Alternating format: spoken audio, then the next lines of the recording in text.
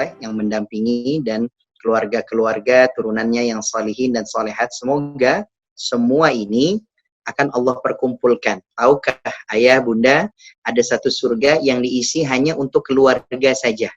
Bisa dilihat dalam surat Ar-Ra'd itu ada satu surga isinya cuma buat teman-teman, buat keluarga-keluarga aja. Bapaknya, ibunya, kakeknya, neneknya. Namanya Jannatu Adnin, surga Aden. Allah sebutkan Jannatu Adnin, surga Aden itu adalah surga yang diisi oleh ayah-ayah yang soleh, ibu-ibu yang solehah, yang bisa menarik, mengajak anak-anaknya. Dan surga Aden juga, bunda, itu berisi kepada anak-anak yang soleh dan solehah, yang kemudian bisa menarik bagaimana si ayah dan si ibunya, sehingga bisa berkumpul bersama-sama di surga, namanya surga Aden. Nah, ini yang kita pengen harapin. Kenapa makanya kemudian sekarang belajar bareng, kenapa kemudian sekarang mengaji bareng. Tujuannya kenapa? Supaya kita bisa bareng-bareng di dunia, berkumpul juga kita nanti di surganya Allah. Paham kita sudah mukaddimah kita. Ada surga yang isinya rame-ramean. Jadi kalau bahasa gampangnya kita bilang, ayo dong nak, kepada anak perempuan kita, nak, kamu harus rajin sholat ya, plus kamu juga, ayo nak, sekarang sudah akil balik, yuk tutup auratnya, biar kemudian kita bisa bareng-bareng di surga Aden, karena di surga Aden semua para wanita-wanita salehah semuanya berkumpul di sana. Nah, ini yang kemudian kita pinta. Mudah-mudahan saya doakan dan kita semuanya bisa kumpul sama suami, sama anak-anak kita, orang tua kita di surganya Allah. Amin. Amin ya rabbal alamin. Saya murojaah dulu terhadap apa yang sudah kita bahas daripada hadis arba'in, supaya sebaik-baiknya ilmu adalah yang berkesinambungan. Aqallul a'mali adwamuha. Amalan yang paling dicintai oleh Allah dan Rasulnya adalah amalan ilmu yang berkesinambungan, meskipun cuma sedikit. Kita ngajinya cuma sebab, satu hadis. Satu bab itu hanya terdiri satu hadis saja. Tapi kalau berkesinambungan, Masya Allah, Alhamdulillah, kita bisa tamatin ini. Mbak Nisa, Mbak Hilda, Mbak Pipi. Andai kita bisa khatamin 40 hadis. Lihat, hadis Nabi mengatakan apa? Man, siapa orang, ba'atha, yang membahas 40 hadis. Ini kan hadis arba'in, 40 hadis. Yang bisa mengkaji 40 hadis istiqomah, nggak putus kita ngaji, kata Allah, nanti akan saya bangkitkan engkau dalam keadaan alim, bersanding dengan manusia mulia Muhammad sallallahu alaihi wasallam. Jadi belajar 40 hadis ini bukan kaleng-kaleng nih, bukan main-main nih. Ini biar kata hadis rendah, sedikit, cuma 40, tapi manfaatnya bisa membuat kita bisa dekat dengan Nabi Muhammad sallallahu alaihi wasallam. Yuk kita murojaah dulu. Masih ingat hadisul awal? Kita ngebahas tentang niat dan amal. Semua niat kita, jika kita niatnya baik, meskipun belum dikerjakan, tapi udah niat. Apa definisi niat? Niat itu bukan cuma nawaitu saumagodin, bukan cuma niat untuk puasa. Niat itu bukan cuma usolli fardo. Niat itu bukan cuma terbesit dalam hati. Yang dibilang niat apabila 3 komponen terpenuhi. Hati sudah terbesit, lisan sudah mengucap, dan sudah menyiapkan rencana-rencana ikhtiarnya, itu niat. Niat mau tahajud. Sudah niat pasang alarm, sebelum tidur udah wudu, sebelum tidur udah baca Al-Ikhlas, Al-Falaq, An-Nas, ayat kursi. Tidurlah kita, itu namanya niat. Lalu ternyata bangunnya pas adzan subuh, berarti nggak tahajud. Allah sudah catat satu kebaikan. Saya ulang, niat yang benar itu membuat kita tercatat satu kebaikan. Apa kata Rasul? Man hamma bihasanatin. Siapa di antara kita semuanya, teman-teman Tunggadewi, yang kemudian melakukan niat yang sempurna, 3 hal terpenuhi, hatinya, lisannya, rencananya sudah dibuat dengan sesungguh-sungguhnya, ikhtiarnya, maka kemudian tidak sempat, walam ya'malha, ternyata nggak bisa dikerjakan karena uzur, karena ketiduran, karena musafir dan sebagainya, Allah catat seperti dia melakukan hal tersebut. Minimal dapat 1 kebaikan, niatnya diberikan pahala.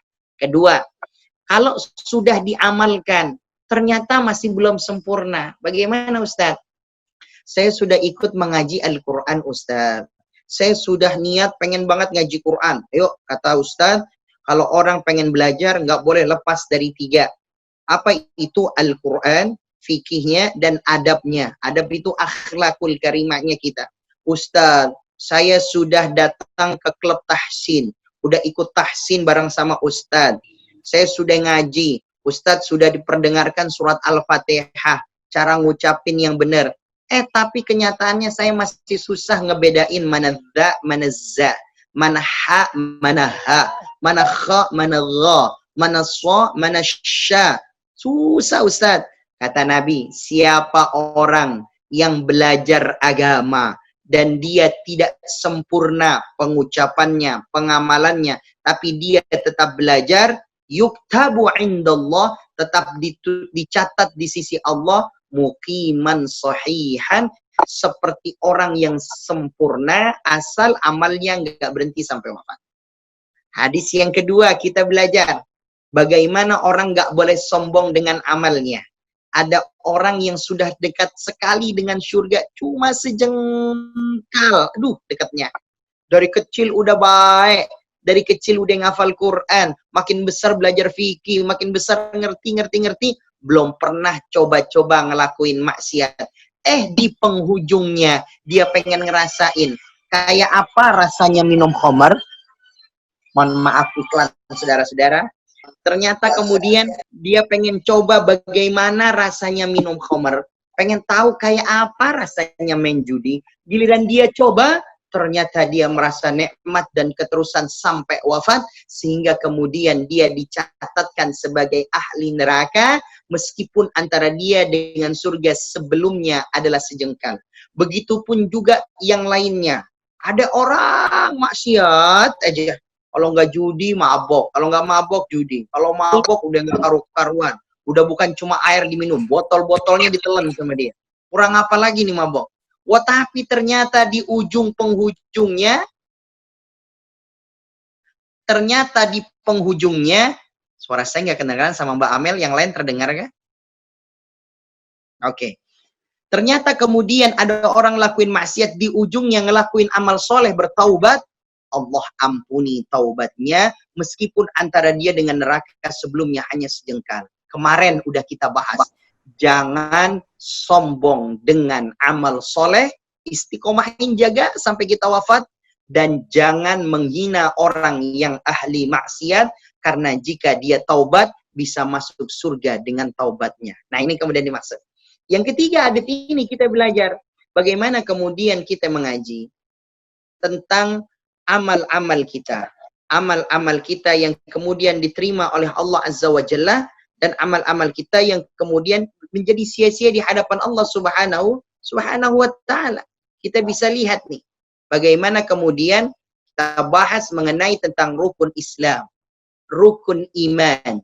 Kemarin kita belajar tentang bagaimana ihsan. Sudah belajar kita tentang Islam, iman, dan ihsan.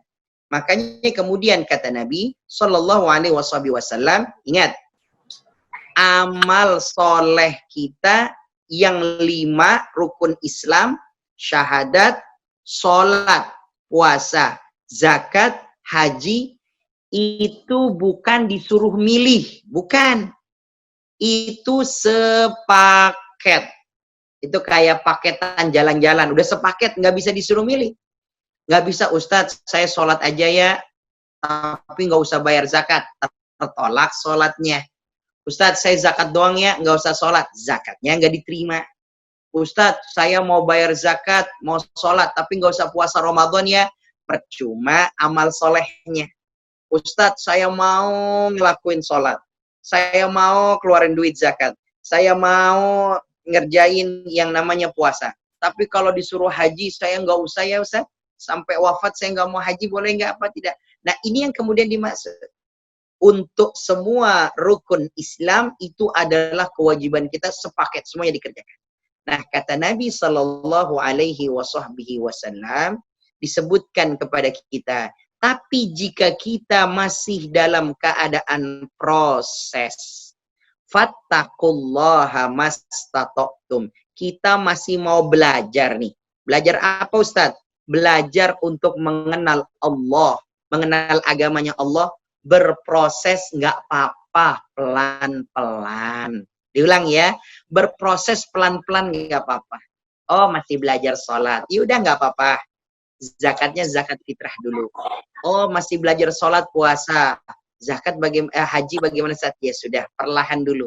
Yang penting tahu ilmu sholat, tahu ilmu puasa, tahu ilmu zakat, perlahan dulu. Maka kemudian ini yang dimaksud oleh Rasulullah Shallallahu Alaihi Wasallam. Nah, di antara amal-amal kita yang ditolak oleh Allah Subhanahu wa taala, tidak diterima oleh Allah Subhanahu wa taala adalah amalan-amalan yang pertama dikerjakannya enggak pakai ilmu. Oke? Disebutkan oleh Nabi Shallallahu alaihi wasallam, man ahdatsa min fi amrina hadza, siapa orang yang membuat sesuatu yang baru. Tapi ada catatannya, ma laisa minhu, yang tidak ada dalilnya, yang tidak ada kemudian hujahnya, maka hukumnya tidak boleh, tertolak ibadah tersebut. Contoh misalnya, sholat subuh berapa rakaat? 2 rakaat. Terus kita mentang-mentang, Ustadz, subuh saya lagi semangat nih. Bisa nggak saya sholat subuhnya 4 rakaat? Nggak bisa. Udah saking semangatnya tetap aja nggak boleh. Sholat isya lagi ngantuk-ngantuknya. Boleh nggak Ustadz saya 2 rakaat? Kalau perlu 2 rakaat seperempat. Nggak boleh. Lagi males tetap. Mau bagaimana juga aturannya sudah kita. Tetapi pada perkara yang wajib nggak boleh dikotak-katik. Betul. Nggak boleh mengada-ngada. Tetapi dalam perkara yang sunnah, kita boleh memilih. Kayak apa contohnya Ustaz? Salat duha, 2 rakaat boleh? Boleh. 4 rakaat boleh? Boleh. 5 rakaat boleh? Boleh. Sudah paham ya? Baca Al-Quran, wajib apa enggak? Wajib. Kalau bisa, baca Al-Quran semuanya. Tapi kalau kemudian sulit, Allah sebutkan dalam Al-Quran, faqra'u ma tayassara minal Quran. Baca yang kamu anggap mudah dari Al-Quran. Oh, pengen baca Al-Quran yang mudah. Yang mudah surat Ar-Rahman. Boleh Ustaz? Boleh, ada dalilnya.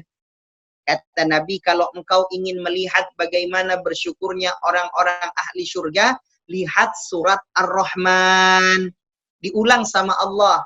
فَبِأَيِّ آلَاءِ رَبِّكُمَا تُكَذِّبَانِ. Nikmat mana lagi yang mau kau dustakan? Engkau dikasih sakit sama Allah. Iya sakit. Tapi lihat keluarga kamu ada. Orang tua kamu ada. Allah berikan kecukupan. Dikasih apa lagi kurang? Ustaz, saya belum kemudian diberikan keturunan. Ya mohon sama Allah minta. Tapi jangan sampai lupa sama nikmat Allah kasih. Alhamdulillah sudah menikah. Alhamdulillah sudah punya rumah. Alhamdulillah sudah punya pekerjaan. Nah ini yang kemudian kita mohonkan. Ustadz, saya mau bacanya surah Yasin. Boleh nggak? Boleh. Allah sebutkan di dalam Al-Quran. Baca yang paling gampang menurut kamu. Tafsir surat. Bagaimana Ibnu Katsir menyebutkan di dalam Al-Quran itu ada hati. Hatinya Al-Quran adalah surat Yasin. Di dalam Quran ada keagungan. Dan keagungan itu adalah suratul Fatihah. Boleh kita baca apa saja yang kita anggap mudah daripada Al-Quran. Nah, pertama berarti para bunda semuanya, amalan kita yang ditolak di hadapan Allah, pertama amalan yang dikerjakan tanpa ada hujahnya atau tidak ada dalilnya, tidak ada kemudian perintahnya. Dan tidak ada juga kemudian dalil yang menguatkannya. Tapi jika ada, meskipun secara umum hukumnya boleh. Contoh, Allah sebutkan ada dalil umum dan dalil khusus. Dalil umum kayak apa Ustaz? Jadi nggak disebutkan sifatnya. Misalnya, diperintahkan untuk umroh. Umroh di bulan apa saja boleh, silahkan. Tetapi haji itu khusus, hanya di bulan-bulan tertentu saja. Hanya di bulan Dzulhijjah. Nggak ada haji di bulan Syawal. Nggak ada haji di bulan Ramadan. Adanya hanya di bulan Dzulhijjah. Jadi ada yang bedanya dalil umum dan dalil khusus. Yang kedua, amalan apa yang kemudian ditolak di hadapan Allah? Yang kedua adalah amalan yang kita kerjakan dan kita kepengen pekerjaan kita ditampak, dilihat oleh orang lain. Kalau ngaji, maunya itu diumumkan supaya kemudian satu komplek tahu kita lagi ngaji. Kalau sholat, pengen kelihatan biar mertua tahu. Biasanya Allahu Akbar, tapi kita Allahnya dikencengin. Allahu Akbar. Sampai begitu. Biar mertua kenal. Kalau kita lagi ada imam, orang tua lagi main, mertua lagi main, bacanya nggak tanggung-tanggung. Masya Allah. Baca suratnya panjang. Biasa baca Al-Ikhlas sama Inna A'toina. Giliran ada mertua lagi main ke rumah, pengen sholat maghrib, widih. Rakaat pertama surah Yasin. Kurang apa surah Yasin? 83 ayat. Surat Ar-Rahman. Mertua kapok sholat lagi bareng kita. Walhasil nih apa artinya? Nggak dapat apa-apa kita. Sebab tujuan sholat kita hanya untuk mertua. Tujuan sholat kita hanya untuk tetangga. Tujuan sholat kita hanya untuk manusia. Allah tolak itu. Di hadapan Allah, dengarkan kisah ini. Ada 3 orang bunda datang ke Allah Subhanahu wa ta'ala bawa amal yang banyak. Pertama, orang yang kemudian bawa orang alim, bawa ilmunya. Waduh, ini orang ahli ibadah, bawa semua pahala sholatnya dibawa sama dia. Ahli sholat banget. Terus dia bilang, ya Rob, ini pahala saya. Lalu Allah ambil pahalanya, dilemparkan ke wajahnya. Kata Allah, kadzabta, bohong kamu. Kenapa ya Rob? Kemudian kau lempar amal soleh ini. Karena engkau melaksanakan sholat, supaya engkau dibilang orang yang ahli ibadah. Lalu dilemparkan oleh Allah ke neraka Jahannam. Datang lagi orang yang kedua. Datang pakai pahala ilmunya, pahala Qur'annya. Oh, dia ahlul Qur'an. Dia qari, luar biasa suaranya indah. Bisa melengkung, bisa melengking. Melengkung apa melengking kalau suara? Melengking. Kalau melengkung maka seleo loh. Melengking. Maka kemudian kata Nabi Sallallahu Alaihi Wasallam, kata Allah, bohong, kadzabta. Diambil pahala Qur'annya, dilemparkan ke wajahnya. Bohong kamu. Engkau baca Al-Quran supaya kau dibilang sama mertuamu bagus. Baca Al-Quran biar dibilang sama tetangga, nih orang bagus, orang soleh. Akhirnya dilemparkan oleh Allah neraka jahanam. Yang ketiga, nih hati-hati bunda. Orang datang dengan pahala harta sedekahnya. Sedekah buat masjid. Masya Allah, sedekah buat pesantren. Sedekah buat madrasah. Sekolah buat sedekah buat anak yatim. Dibawa ke hadapan. Ya Allah, nih pahala saya. Nih pahala gue nih ya Rob. Gue bawa nih semuanya di sini. Malaikat bawa, dipikul sama malaikat saking banyaknya. Sama Allah diambil, dilemparkan ke wajahnya. Kata Allah, kadzabta, bohong engkau. Kenapa sebab? Karena engkau sedekah, biar dibilang engkau adalah orang pemberani. Orang yang ahli dermawan. Maka kemudian pahala hilang. Jadi yang kedua, amal soleh menjadi sia-sia di hadapan Allah. Kalau kita jadikan pekerjaan kita, amal soleh kita, pengen dilihat sama manusia. 2. Supaya bisa, Ustadz, enggak menjadi riya gimana? Kerjain berulang-ulang. Ini bab pertama kita udah bahas. Supaya enggak riya, mengerjakannya dilakukan berulang-ulang. Sehingga kita biasa dan enggak ada keinginan lagi untuk kemudian dipandang oleh orang. Kayak apa Ustadz? Kajian. Pertama kali ikut kajian Tunggadewi, rasanya ada sombongnya. Kenapa? Weh, malam-malam gue ikut kajian. Kayaknya yang paling soleh gue doang nih. Pertama, lama-lama udah biasa. Pertama pakai hijab, pakai kerudung, itu orang pada muji semuanya. Waduh bunda, cantik banget. Ah, masa sih? Nanti di luar pengen naik mobil masih ngaca dulu. Oh ya bener emang gue cantik ini. Terus begitu. Maka biasakan. Kalau sudah dibiasakan, orang sudah tidak lagi muji. Apa sebab? Karena udah terbiasa. Setan, ingat. Mengelabui setan, setan berkata, aku bisa dikelabui oleh manusia apabila manusia itu istiqomah. Istiqomah itu melakukan amalnya berulang-ulang. Nih, setan yang langsung bilang nih, setan lagi rapat, rapatnya bocor. Ketahuan nih. Kata setan, kita bisa dikelabui oleh manusia apabila manusia itu melakukan amal soleh dengan istiqomah. Apa istiqomah? Melakukannya dengan cara berulang-ulang. Berulang-ulang. Dilakukannya diulangi lagi. Diulangi lagi. Hari ini kajian. Besok ikut lagi kajian. 2 hari lagi setiap minggu. Besok baca Al-Quran. Hari ini malam nih baca surat Al-Muluk. Besok baca lagi Al-Muluk. 2 ayat akhir surah Al-Baqarah. Para ayah, para bunda, amal soleh yang kita kerjakan supaya tidak menjadi ria, diulang-ulang. Makanya tiap malam biasain banget. Jangan tinggalin ayat kursi, jangan tinggalin surat kul, jangan tinggalin 2 ayat akhir surat Al-Baqarah. Itu udah paketan. Baca tuh sebelum kita tidur. Kalau malas baca tidur setelah sholat isya. Assalamualaikum warahmatullahi Assalamualaikum warahmatullahi. Zikir dulu ba'da salat. Astaghfirullahaladzim. Astaghfirullahaladzim. Zikir baca istighfar. Baca la ilaha illallah wahdahu la syarikalah. Baca Allahumma antas salam. Lalu baca subhanallah 33. Alhamdulillah 33. Allahu Akbar 33. Angkat tangan berdoa sama Allah. Karena tidak ada doa yang mustajab. Waktunya adalah setiap ba'da salat fardu. Habis itu sholat sunnah ba'diyah. Habis sholat sunnah ba'diyah isya, lalu kemudian kita baca tuh. Bismillahirrahmanirrahim. Allahu la ilaha illa huwal hayyul qayyum. La ta'khudhuhu sinatu wa la naum. Sampai rapi. Terus baca 2 ayat akhir surat Al-Baqarah. Amanar rasulu bima unzila ilaihi min rabbihi wal mu'minun. Kullun amana billahi wa malaikatihi wa kutubihi wa rusulih sampai wa'fu anna waghfir lana warhamna akhir surat Al-Baqarah. Anta maulana fansurna 'alal qaumil kafirin. Shadaqallahul azim. Lipat mukenahnya, lipat sejadahnya, lalu kemudian siapkan makan malam, ketemu sama suami, main dengan anak, berkumpul duduk bareng, baru kemudian istirahat tidur, menjelang tidur baca Al-Ikhlas, Al-Falaq, An-Nas. Udah nikmat. Nggak susah.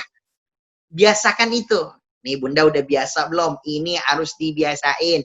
Harus dibiasain. Harus dibiasakan. Ayat kursi. 2 ayat akhir surat Al-Baqarah. Al-Ikhlas, Al-Falaq, An-Nas. Untuk menghilangkan sifat riya. Yang terakhir, amal soleh yang kemudian menjadi sia-sia untuk suami dan istri. Apa itu? Nah, kita bahas yang ketiga ini. Kalau ada pertanyaan-pertanyaan dulu, baru kita tanya jawab terlebih dahulu. Nanti di akhir kita akan jawab. Ini berkaitan dengan istri yang sholatnya ditolak, atau suami yang sholat ibadahnya tidak diterima oleh Allah Subhanahu wa Ta'ala. Begini Bunda Nisha, ini pengantarnya Mbak Hilda. Adakah yang kemudian ingin berdiskusi terlebih dahulu, baru nanti bagian ketiga kita jadikan untuk tanya. Boleh. Bagian ketiga di akhir. Baik Ustaz, terima kasih. Jadi sementara ada 2 hal ibadah yang tertolak. Yang pertama adalah amalan yang dikerjakan tanpa dalil atau perintah.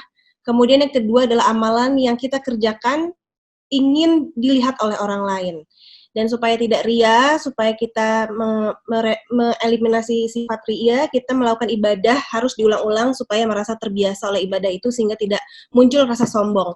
Nah, untuk itu teman-teman yang ingin bertanya terkait dengan apa yang sudah disampaikan oleh Ustadz, ataupun mungkin biasanya nih kadang-kadang ada yang suka keluar-keluar jalur dikit, nggak apa ya Ustadz ya pertanyaannya. Oke, siap. Langsung aja ini pertanyaan pertama Pipi, kemudian ada Hilda dan Miranda. Langsung aja Pi, dibuka mic-nya. Thank you. Assalamualaikum Ustadz. Waalaikumsalam Bun, sehat. Alhamdulillah sehat Ustadz. Ustadz mohon maaf saya rada menyimpang dari tema. Cuman ini karena sedikit mengganggu, jadi pingin nanya. Ustadz, bagaimana jika memang sepeninggalan orang tua kami tidak meninggalkan wasiat, sehingga terjadi perbedaan pendapat di antara anak-anak yang ditinggalkan. Nah, sepengetahuan kami kan setiap orang tua yang sudah meninggal, segala sesuatunya harus kita selesaikan di dunia supaya mereka aman untuk di akhiratnya. Namun, karena tidak adanya wasiat, atau apapun itu, bagaimanakah caranya supaya kami yang para anak-anaknya pada kompak, apakah itu mempengaruhi orang tua kami kelaknya jika kami belum kompak dalam menghadapi peninggalan mereka. Terima kasih Ustadz. Assalamualaikum. Bun, ini berbeda pendapatnya mengenai apa Bun? Mengenai harta kah? Atau mengenai harta peninggalan, ya. Ya, baik. Pertama, saya kasih tahu dulu prosesnya ya. Orang tua itu jalur surga kita. Yang kedua, ada satu surga yang bikin kita sama orang tua, suami, istri pada kumpul. Kalau ada yang soleh, salah satunya, selamat kita. Insya Allah selamat. Makanya suami suruh cari istri yang soleh, biar istri narik. Istri suruh nyari suami yang soleh, karena amal kita ngerasa sedikit dari suami. Kalau ada suami dan istri ngerasa amalnya masih dikit, jauh gitu, ayo pastiin anak-anak kita itu menyelamatkan kita. Lah kalau kita istri, kita juga suami, sama-sama minim, anak juga minim. Lah terus yang mau diandelin siapa? Ya orang tua. Orang tua kita bagaimana? Lah orang tua lebih parah minimnya dari kita. Ya selesai sudah. Apalagi yang kemudian mau kita bisa lakukan? Makanya didik diri kita, biar kita nolongin, atau kita ditolongin sama suami, atau sama anak-anak kita, atau sama orang tua kita. Orang tua yang sudah meninggal, kemarin kita sudah bahas. Orang tua tuh ada di alam ruhnya orang tua. Orang yang sudah meninggal, ruhnya ada namanya alam barzakh. Fisiknya ada di kuburan, di pemakaman. Saya ulang, fisiknya ada di pemakaman. Tanah kusir, jeruk purut, jeruk bali, jeruk mana, itu semuanya tuh, makaman itu. Nah, terus kalau rohnya ada di alam barzakh. Alam barzakh nggak bisa ditemui kita. Tetapi kata Allah Azza wa Jalla dalam surat Qaf, Yauma yukshafu an sa', semuanya nanti akan diperlihatkan oleh Allah. Apa yang kemudian amal soleh kita yang diperlihatkan, yang kedua anak turunan kita, keluarga kita akan diperlihatkan. Sebab kalau anak kita baik, langsung pahalanya ngalir. Kalau kemudian anak kita buruk, itu akan mempengaruhi pertanyaan kita di hadapan malaikat, di hadapan Allah Subhanahu wa taala. Lah pertanyaannya, ini nangkep ya kita. Berarti kita ada gambaran tuh. Kalau orang tua kita meninggal ada di mana? Kita sudah belajar kemarin tentang surat Al-Alaq 2 ayat terakhir. Salat dan bacaan Quran anak otomatis membebaskan orang tua dari siksa kubur. Saya ulang.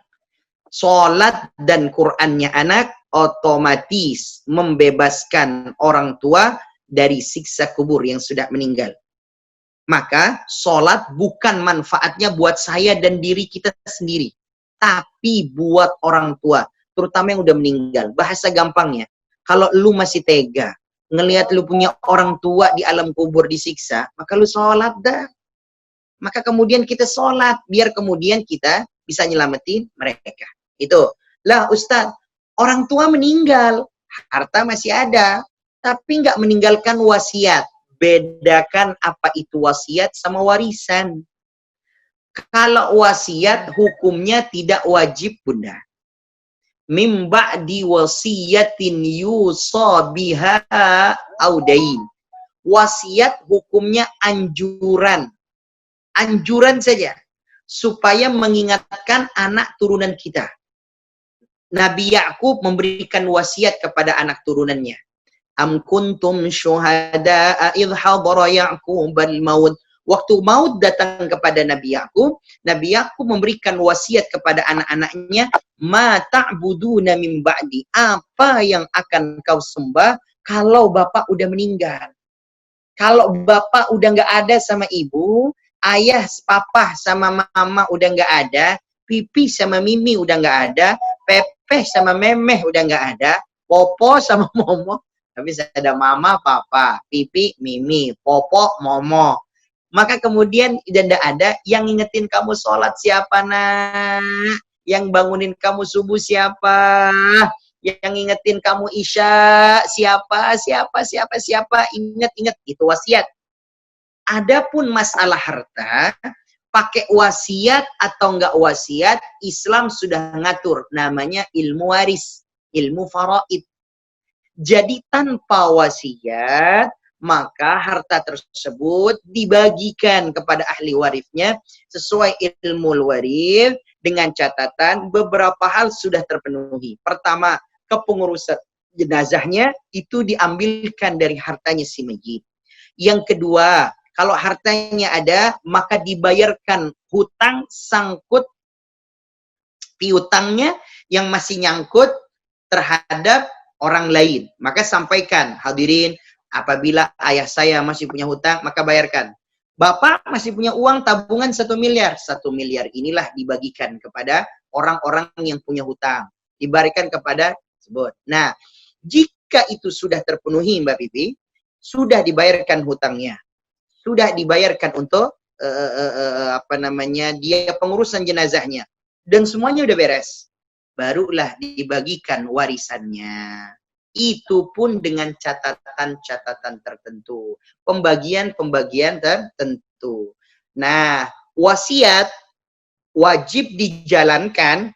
Wasiatnya hukumnya anjuran. Tetapi jika ada wasiat berkaitan dengan harta, wajib dijalankan. Contoh, saya menjadi ayah terhadap 5 anak saya. 4 anak saya sukses. 1 anak bontot saya ternyata masih keluar, pindah kerjaan, gajinya kecil sekali. Maka kemudian saya bilang, anak-anakku semuanya, ayah kan sudah tua, kalian sudah pada punya rumah, tinggal anaknya yang bontot. Maka kalau ayah meninggal, tolong rumah ini dikasih buat adik yang bontot. Ya nak ya, nanti rumah yang apartemen sana ini silahkan dibagi warisnya. Uang tabungan papa silahkan dibagi waris. Adapun rumah ini biar buat yang bontot. Karena yang bontot nggak punya rumah. Pindah-pindah ngontrak dan lain sebagainya. Misal kira-kira itu boleh dikerjakan demikian. Tapi jika tidak ada wasiat khusus tentang harta, dibagikan tentang warisannya berdasarkan apa yang sudah ditetapkan. Kira-kira begitu, Bro. Terima kasih Ustadz. Cukup, Pipi. Cukup, thank you Nis. Thank you. Oke, langsung lanjut. Ustadz mau lanjut dulu ke pertanyaan, baru kemudian kita masuk ke nomor ketiga ya, Tat.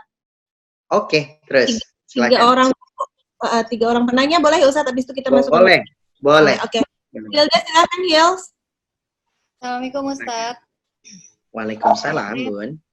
Saya mau nanya kalau ada dosa yang kalau kita kerjakan bisa menghilangkan pahala kita seluruhnya. Nah, itu dosa-dosa apa, Ustadz?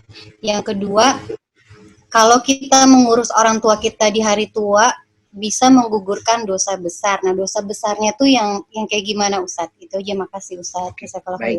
Baik. Bismillahirrahmanirrahim. Dosa apa yang kalau kita kerjain, amalan kita hilang semuanya? Waduh, Masya Allah. Pertama, Bun. Wa may yusyrik billah, siapa orang yang bersifat musyrik, percaya ada kekuatan di atas kekuatan Allah, dia datang ke paranormal, dia datang ke dukun. Macam-macam dukun sekarang, Bunda. Sekarang ada dukun yang pakai peci, ada dukun yang pakai surban, macam-macam. Selama ada sesuatu yang dia pinta Jadi dia jual ayatnya, dia bacakan ayat, dia minta uangnya dan segala macamnya, itu udah jelas salah. Pokoknya kalau ada asatid, lalu kemudian dengan alasan memberikan penyembuhan atau dalam bahasa Arab mujarobat, dia mintain duit 5 juta, mintain 10 juta, maka hal tersebut menjadi perkara yang kemudian terlarang.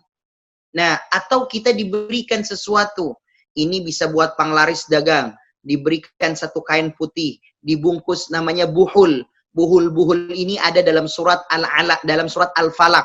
Ini ditujukan untuk mencederai orang lain atau memperlaris kita punya usaha dan dagang, ini musyrik. Musyrik, wa may yusyrik billah. Siapa orang yang bersifat musyrik, maka dia menghapus semua amal sebelumnya. Dikatakan oleh Nabi Shallallahu Alaihi Wasallam, siapa orang yang berbuat musyrik, maka Allah jadikan amalnya kosong, nggak diterima di hadapan Allah kecuali dengan taubat. Ada lagi Ustaz, ada orang yang kemudian berlaku zina, orang yang melaksanakan zina dan dia tahu keharamannya, maka Allah hapuskan amal solehnya 70 tahun. 70 tahun. Kalau orang berlaku musyrik, belum musyrik nih, cuma datang kepada dukun, lalu fasaddaqahu, dia meyakininya, 40 tahun ditolak. Amal soleh kita hilang. Kalau kita berzina, na'udzubillah, dan kita tahu itu dosa besar, tapi tetap dikerjain, kita tahu ini salah, maka 70 tahun amal soleh kita tertolak. 70 tahun. Nah, kalau hidup kita cuma 63 tahun seperti hidupnya Rasulullah, lalu kita mau apa yang dibawa di hadapan Allah? Apa yang mau kita sampaikan di hadapan Allah? Lawang kita semuanya ternyata adalah amal soleh kita belum nyampe 70 tahun. Orang yang melakukan minum minuman keras, minum khamar, satu tenggak apa tengguk nih dalam bahasa Indonesianya. One of tengguk, bahasa Inggris nih maksudnya. Satu tenggukan itu, kalau kita minum, satu gelas kecil lah, kita minum. Arba'ina yauman, 40 hari, amal kita mahbud, tertolak. Kalau kita minum sebotol, berapa tuh? Ya Allah, ya Karim. Nah, semua ini dosa besar. Semua ini dosa besar. Bisa diobati dengan dua. Satu, taubat. Jangan ulangin lagi. Yang kedua, obat doang nggak cukup. Harus dilakukan amal soleh yang bisa menghapus dosa besar. Apa Ustadz yang bisa menghapus dosa besar? Yaitu pahalanya yang nggak tanggung-tanggung. Kayak apa Ustadz? Berbakti sama orang tua itu menghapus semua dosa-dosa besar kita. Dosa besar kita yang dulu minum khamar, yang dulu judi, yang dulu ya Allah, naudzubillah, itu udah bisa selesai dengan kita bakti sama orang tua kita. Ba'uda man adraka abawaihi walam yughfar lahu. Celaka buat orang yang menemukan orang tuanya masih hidup, masih sempat ketemu, masih sempat kemudian memandikan orang tua, masih sempat ngasih makan orang tua. Dia nggak cari orang buat nyuapin orang tua yang derenta, dia sendiri. Apa sebabnya? Karena dulu orang tua saya nyuapin saya. Dia kemudian nggak jijik terhadap apa untuk gantiin bajunya orang tua. Kalau orang tua sudah sepuh, kadang dia buang airnya sembarangan, kita bersihkan, nggak marah, nggak kesel kita. Itu ngapus dosa kita yang semua tadi dosa besar. Makanya dosa besar itu perkaranya luar biasa. Jadi patut taubat. Yang kedua, cari amal soleh yang ganjarannya pun besar. Yang ketiga, wa'adbi'is sayyi'atal hasanata tamhuha. Amal buruk dulu dosa besar harus dibarengin dengan amal soleh yang setimpal. Kayak apa? Dulu saya minum khamr terus, Ustaz. Hari ini harus banyakin minum yang halal. Minum madu, minum yang baik. Yang kedua, jangan kemudian biarkan lagi kembali kita dimasukkan yang haram. Ustadz, dulu saya sering melangkah ke tempat yang haram, makanya saya minum khamr. Tebus dengan sekarang melangkah ke tempat yang halal. Ke kajian, silaturahim ke orang tua, ke mertua. Terus, kenapa? kok lu rajin banget sih ke tempat orang tua, tempat mertua? Dosa gue udah banyak, sob. Dulu kaki ini tiap malam aja nongkrong sampai jam 2. Hari ini gue udah tobat, udah capek, gue udah dapet ilmunya sekarang. Gue mau bayar dosa kaki gue yang dulu, kemudian kita lakukan. Zina itu ada 3. Kata Nabi, zina itu ada 3. 1, zina yang paling besar. Hubungan seperti suami istri kan halal. Yang kedua, zina mata. Itu juga zina. Yang ketiga adalah zina anggota tubuh kita, tangan dan kaki. Tangan dengan memegang, kaki dengan melangkah. Nah, ini kemudian kita tebus dengan yang serupa dengan itu. Apa coba? Yang kemudian mata kita, tangan kita, kaki kita, sholat. Maka kemudian, jangan tinggalkan sholat, sempurnakan yang sunnah. Orang tua, Ustadz, bisa menghapus dosa besar. Banget. Cuma, bakti orang tua harus tahu. Bakti orang tua itu nggak selesai dengan transfer duit 1 bulan 300 juta, 400, benar nggak sih 300 juta sebulan? Waduh, jadi sekali ngirim 1/4 miliar, goks, skills, luar biasa. Itu orang tua langsung yes, luar biasa. Tapi bukan cuma sekadar uang yang ditransfer saja. Tapi apa Ustadz? 1, kita penuhi kebutuhan orang tua. Catat baik-baik nih, ini bakti orang tua belum? Kalau dibilang bakti orang tua, pertama kita penuhi kebutuhannya. Oh, buat makan, buat minum, semampu kita. Bukan sekepengennya. Semampu kita. Ya, orang tua kepengennya harusnya mintanya 10 juta, kita nggak mampu. Adanya cuma 2 juta. Ya, semampu kita. Kasih tahu ke orang tua. Yang kedua, kita udah kasih kebutuhan. Yang kedua, berlisan bicara, nggak berdebat sama orang tua. Itu bakti. Yang ketiga, memposisikan diri kita seperti orang tua untuk menyuapi, menggantikan baju, dan lain sebagainya ketika beliau sudah sepuh atau ketika beliau sudah senja. Baru itu dibilang bakti orang tua. Ya, jadi kita kalau ada waktu temenin ayah bunda, Mbak Hilda dan teman-teman semuanya. Lo kemudian teman duduk sama ayah sama bunda, pasti dia kan cerita dong sama kakek nenek, sudah menjadi kakek dan nenek, dia kan cerita tuh. Dan cerita itu udah diulang kurang lebih 712 kali kayaknya. Jangan sekali-kali bilang, hati-hati, ini bakti hilang nih, pahala kita hilang. Udah sih mah, jangan cerita mulu itu, dari dulu itu mulu, hilang pahala kita. 0 lagi tuh, mulai dari awal lagi, nggak boleh.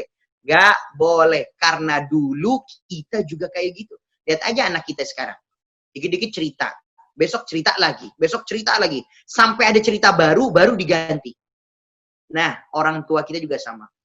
Baru kita dengerin, oh kemarin papa ingat waktu dulu papa bisnis awal-awal, wah Masya Allah, papa baru datang ke Jakarta, papa ketemu bunda kamu, Masya Allah, bunda kamu tuh paling cantik se Jakarta. Oh iya Pak, iya karena ya cuma bunda kamu yang mau sama papa. Ya itu doang alasannya. Itu diceritain. Besok lagi. Wah, udah 700 kali cerita itu. Jangan sekali-kali bilang, ya Pak udah tahu ya kan. Terus ketemu Mama kan. Terus habis itu nikah kan. Iya udah tahu. Terus lahir aku kan. No. Enggak. Itu yang kemudian dimaksud. Nah, Hilda, kalau orang berbakti sama orang tua, dosa-dosa besar kita langsung dihapus oleh Allah Subhanahu wa taala. Tapi saya harus sampaikan, mohon maaf ya. Kriteria bakti orang tua, banyak orang yang cuma ngaku, tetapi belum masuk kriterianya. 3 hal itu belum masuk. Pertama, memenuhi apa yang dibutuhkan sama orang tua, sebagaimana dulu kita. Jadi bahasa kasarnya adalah, percis banget kayak dulu kita jadi anak, sekarang kita jadi orang tua. Gitulah, dibalik. Percis banget kita jadi anak, sekarang kita diposisikan orang tua. Kira-kira apa kewajiban orang tua sama anak? Memenuhi kebutuhannya. Apalagi, ya temenin segala macamnya. Jadi, penuhi kebutuhannya, apa yang dibutuhkan, sesuai kemampuan. Yang kedua, lisan kita bicara dengan lembut, mendengarkan dengan baik. Meskipun diulang-ulang. Yang ketiga, bakti kita untuk melayani. Tangan kita harus menyentuh. Apakah menyuapi, menggantikan bajunya. Walaupun nanti ada babysitter ataupun ada mbaknya, gak apa-apa. Tapi kita harus ada. Minimal kita bagian nyuapinnya, minuminnya, gendongnya, dan segala macamnya. 3 hal inilah bakti orang tua, Mbak Hilda. Saya pikir itu ya, Bun. Jazakallah khair, Ustadz. Ustadz, nyambung tadi dosa besar itu kan salah satunya musyrik ya Ustadz, datang ke dukun atau ahli sihir. Nah, kalau kategori seperti ini, misalnya kan kita suka ada pengobatan alternatif ya Ustadz, selain medis, kadang-kadang orang Indonesia tuh mencari pengobatan alternatif. Yang pertama mungkin ke sinsei, semacam sinsei. Yang kedua mungkin semacam orang yang mendoakan kita untuk sehat melalui pijat, tapi dia bilang ini semua dari Allah. Apakah itu termasuk musyrik ya Ustadz? Jika kemudian yang dilakukan masih berbentuk dalam hal-hal yang herbal, pijat, dan segala macamnya, itu hukumnya boleh, itu sebagai ikhtiar. Yang nggak boleh apabila nanti diberikan benda-benda sesuatu yang kemudian menjadikan kita percaya sama benda tersebut, sehingga benda itu bisa memberikan kekuatan zahir batin. Tapi kalau kekuatan secara zahir nggak ada masalah.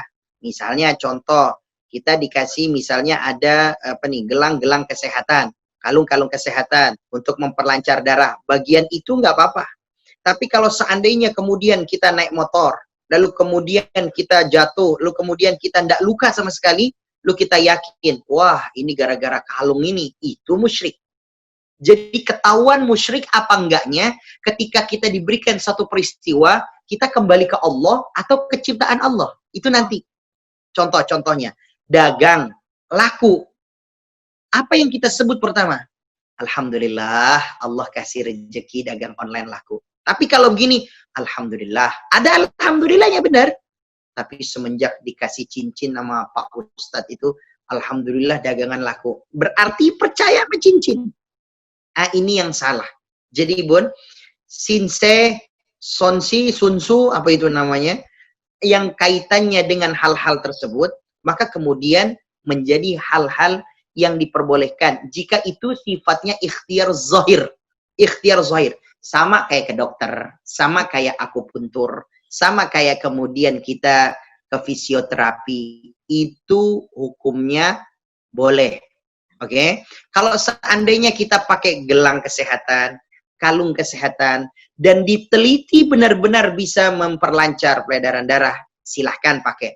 Tapi kalau kalung itu difahami sebagai pemberi rizki, sebagai magnet pecinta lawan jenis, gara-gara cincin itu bisa cowok-cowok kelepak-kelepek, wah itu jangan pakai di depan saya, bahaya sekali itu. Nah itu yang kemudian dimaksud. Jadi kalau ikhtiar zahir boleh, pijat, patah tulang, datang ke Haji Naim, diurut, boleh. Patah tulang, datang ke Sukabumi, Cimande, boleh. Sakit apa lagi? Datang ke dokter, suntik, boleh. Operasi, boleh. Tapi kalau ada benda-benda yang lain, tidak boleh. Tidak boleh. Jadi benda-benda tersebut ditaruh. Ukurannya apa Ustaz? Ukurannya ketika terjadi peristiwa. Kalau bendanya nggak haram, ingat ya, tidak ada hukum terhadap bendanya. Bendanya mah nggak haram, kertas nggak haram, kain putih nggak haram. Tetapi yang haram pada sikap kitanya. Ketika terjadi sesuatu, tiba-tiba terjadi sesuatu, ada kemudian tabrakan beruntun di tol. Kita alhamdulillah selamat, padahal kita ada di situ. Kita langsung bilang, semenjak mobil ini disiram pakai air kembang, memang benar-benar selamat. Nyiram air kembang nggak ada masalah, jangan pakai air kembang, pakai air lumpur juga nggak apa-apa. Cuman kita meyakini air kembang memberikan keselamatan. Itu yang nggak boleh. Paham ya? Jadi kalau cuma air kembang nggak apa-apa. Datang ziarah ke makam, terus bawa kembang, bawa air. Ah ini cuma isyarat disiramkan. Kalau kita nggak memiliki keyakinan apa yang terhadap kembang, nggak ada masalah. Nggak ada masalah. Nggak ada masalah. Makanya banyak orang jualan air, jualan kembang. Nggak apa-apa, silahkan.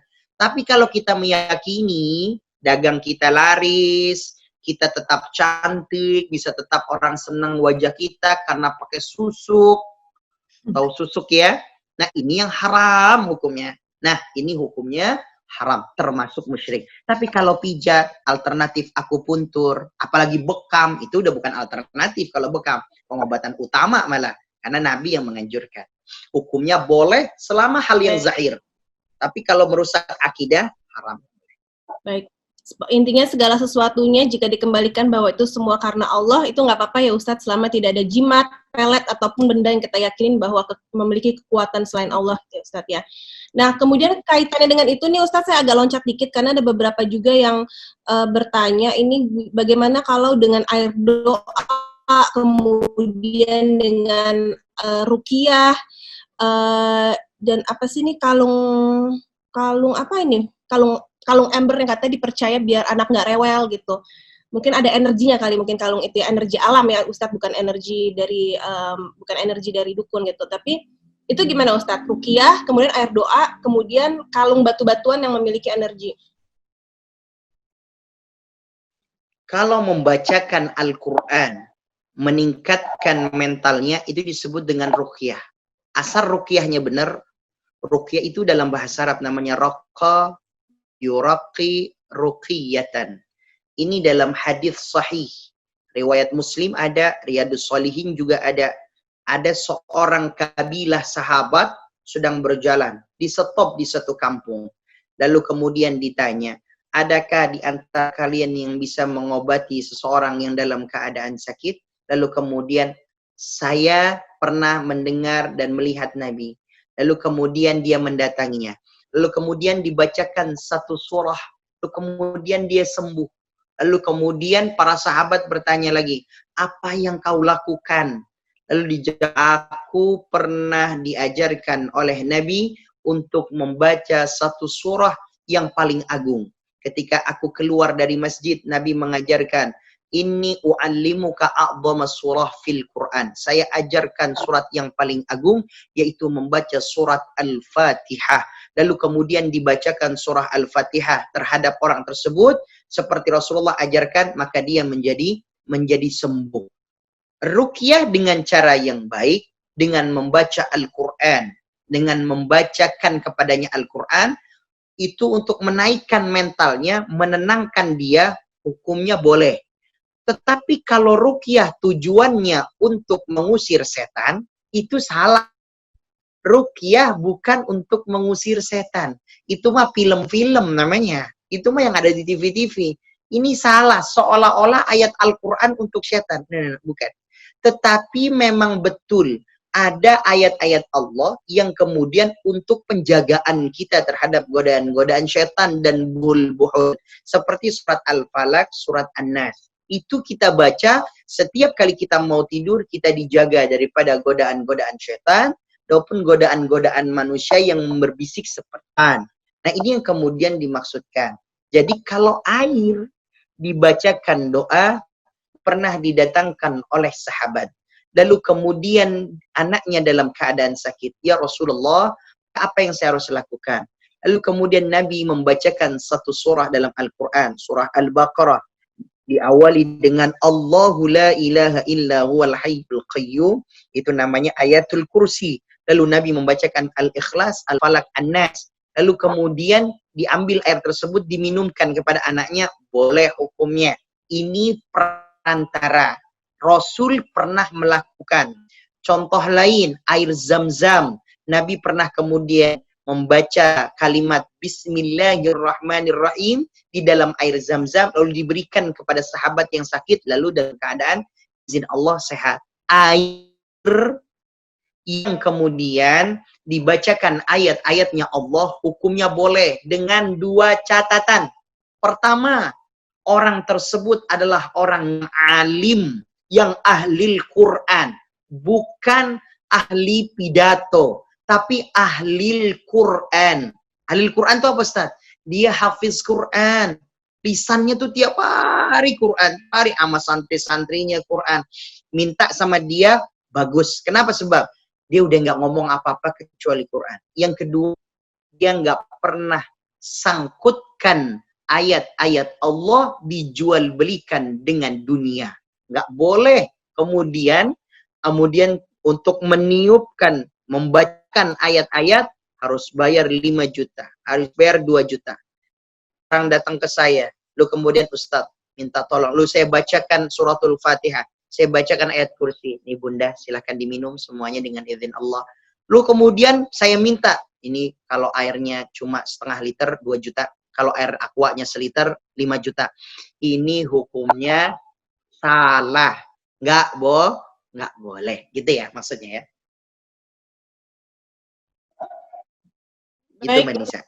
Baik Ustadz, tadi ada satu lagi yang kalung Ustadz. Kadang-kadang kan suka ada kalung batu-batu yang dipercaya bisa bikin anak tenang, apa, tapi bukan karena ada jin atau itu buatan bacaan dari dukun. Tapi karena itu semacam apa ya, zaman sekarang tuh kan ada ya batu-batu alam gitu, energi alam yang membuat anak tenang, itu boleh nggak dipercaya? Ini pertanyaan dari Belinda. Kalau seandainya kalung tersebut sudah diteliti oleh orang-orang yang mengerti hal tersebut, lalu kemudian bisa membantu kita peredaran darah bagus, baik, hukumnya boleh. Berarti ini ikhtiar zahir. Ikhtiar zahir seperti kesehatan yang lainnya. Hukumnya tidak apa-apa. Ataupun gelang, ataupun kalung. Ini diperbolehkan. Oke? Tetapi tidak memberikan keselamatan. Kalau ada hal, nah makanya boleh atau tidaknya tergantung bagaimana peristiwanya nanti kita. Apabila suatu saat ada anak kita lagi jalan menyelusuri tangga, tiba-tiba jatuh, naudzubillah. Lu kemudian berguling sampai ke bawah, anak itu berdiri lari lagi, nggak ada keseleonya. Terus kita bilang, ini gara-gara kalung nih mantep banget. Itu nggak boleh. Itu nggak boleh. Karena yang memberikan keselamatan hanya Allah. Jadi bahasa gampangnya adalah kalung ini cuma untuk kebugaran. Boleh hukumnya. Kalau memang sudah diteliti dan terbukti memberikan dampak yang bugar. Tapi kalau menyelamatkan, yang bisa menyelamatkan cuma Allah. Gitu Bunda. Baik, terima kasih Ustadz. Lanjut ke penanya selanjutnya. Ini jamaah Ustadz yang paling jauh kayaknya Ustadz. Karena ini dari Chicago, Miranda. Dari Amerika Serikat.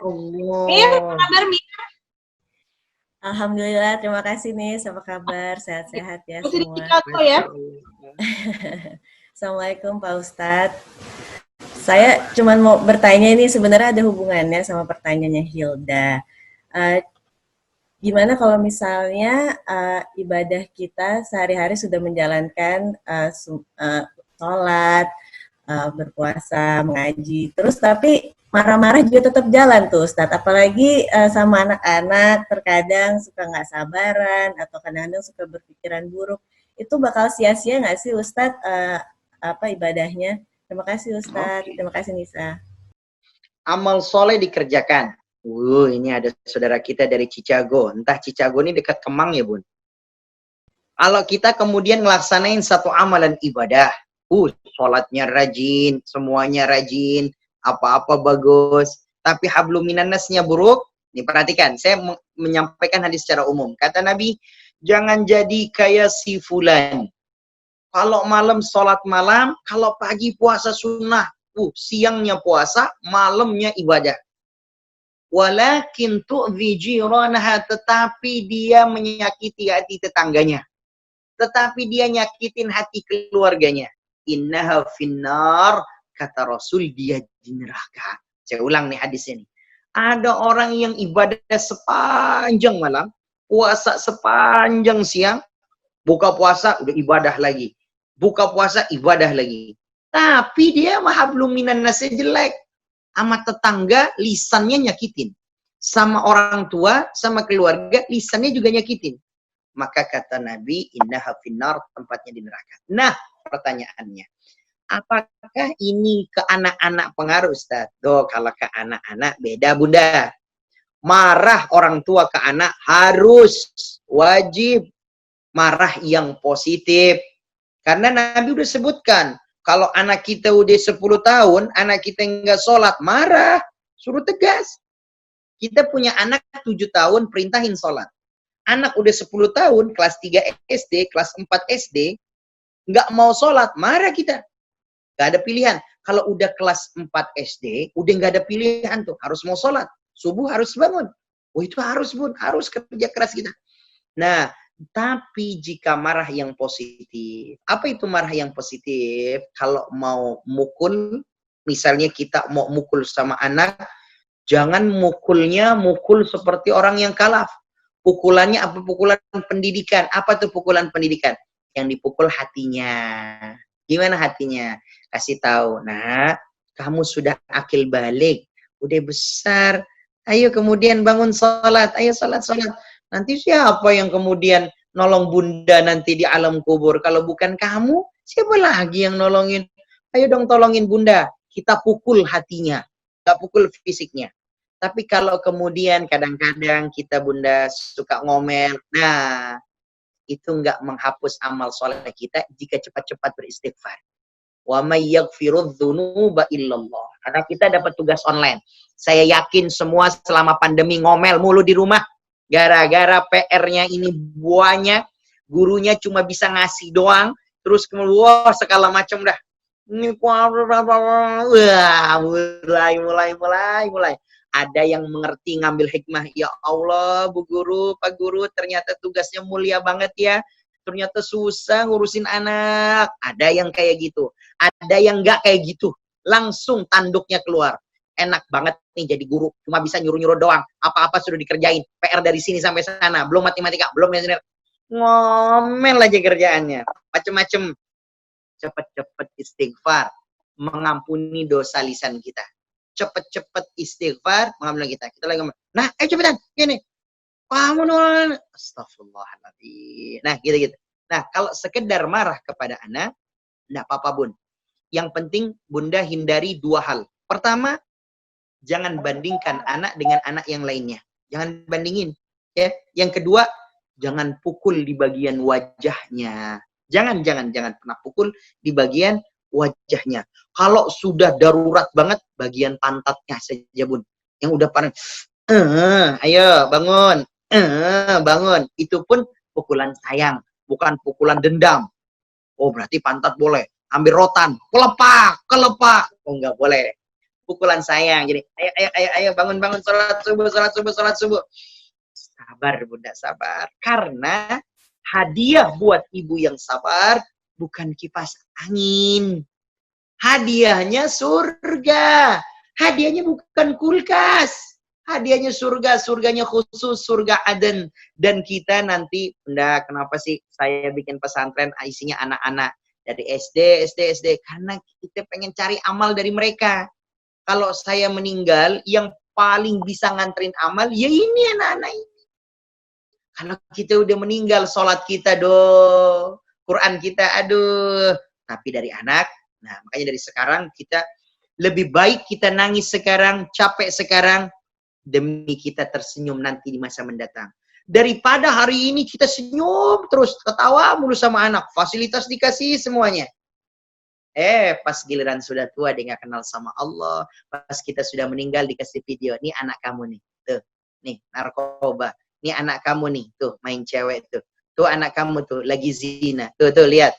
Rasain nih siksa di alam kubur. Ya Allah, naudzubillah, tsumma naudzubillah. Jadi itu marah-marah ke anak segera istighfar. Nah, saya mau nyambungin. Bagian ketiga kaitannya dengan ini. Nah, kalau marah-marah sama suami ini jadi masalah.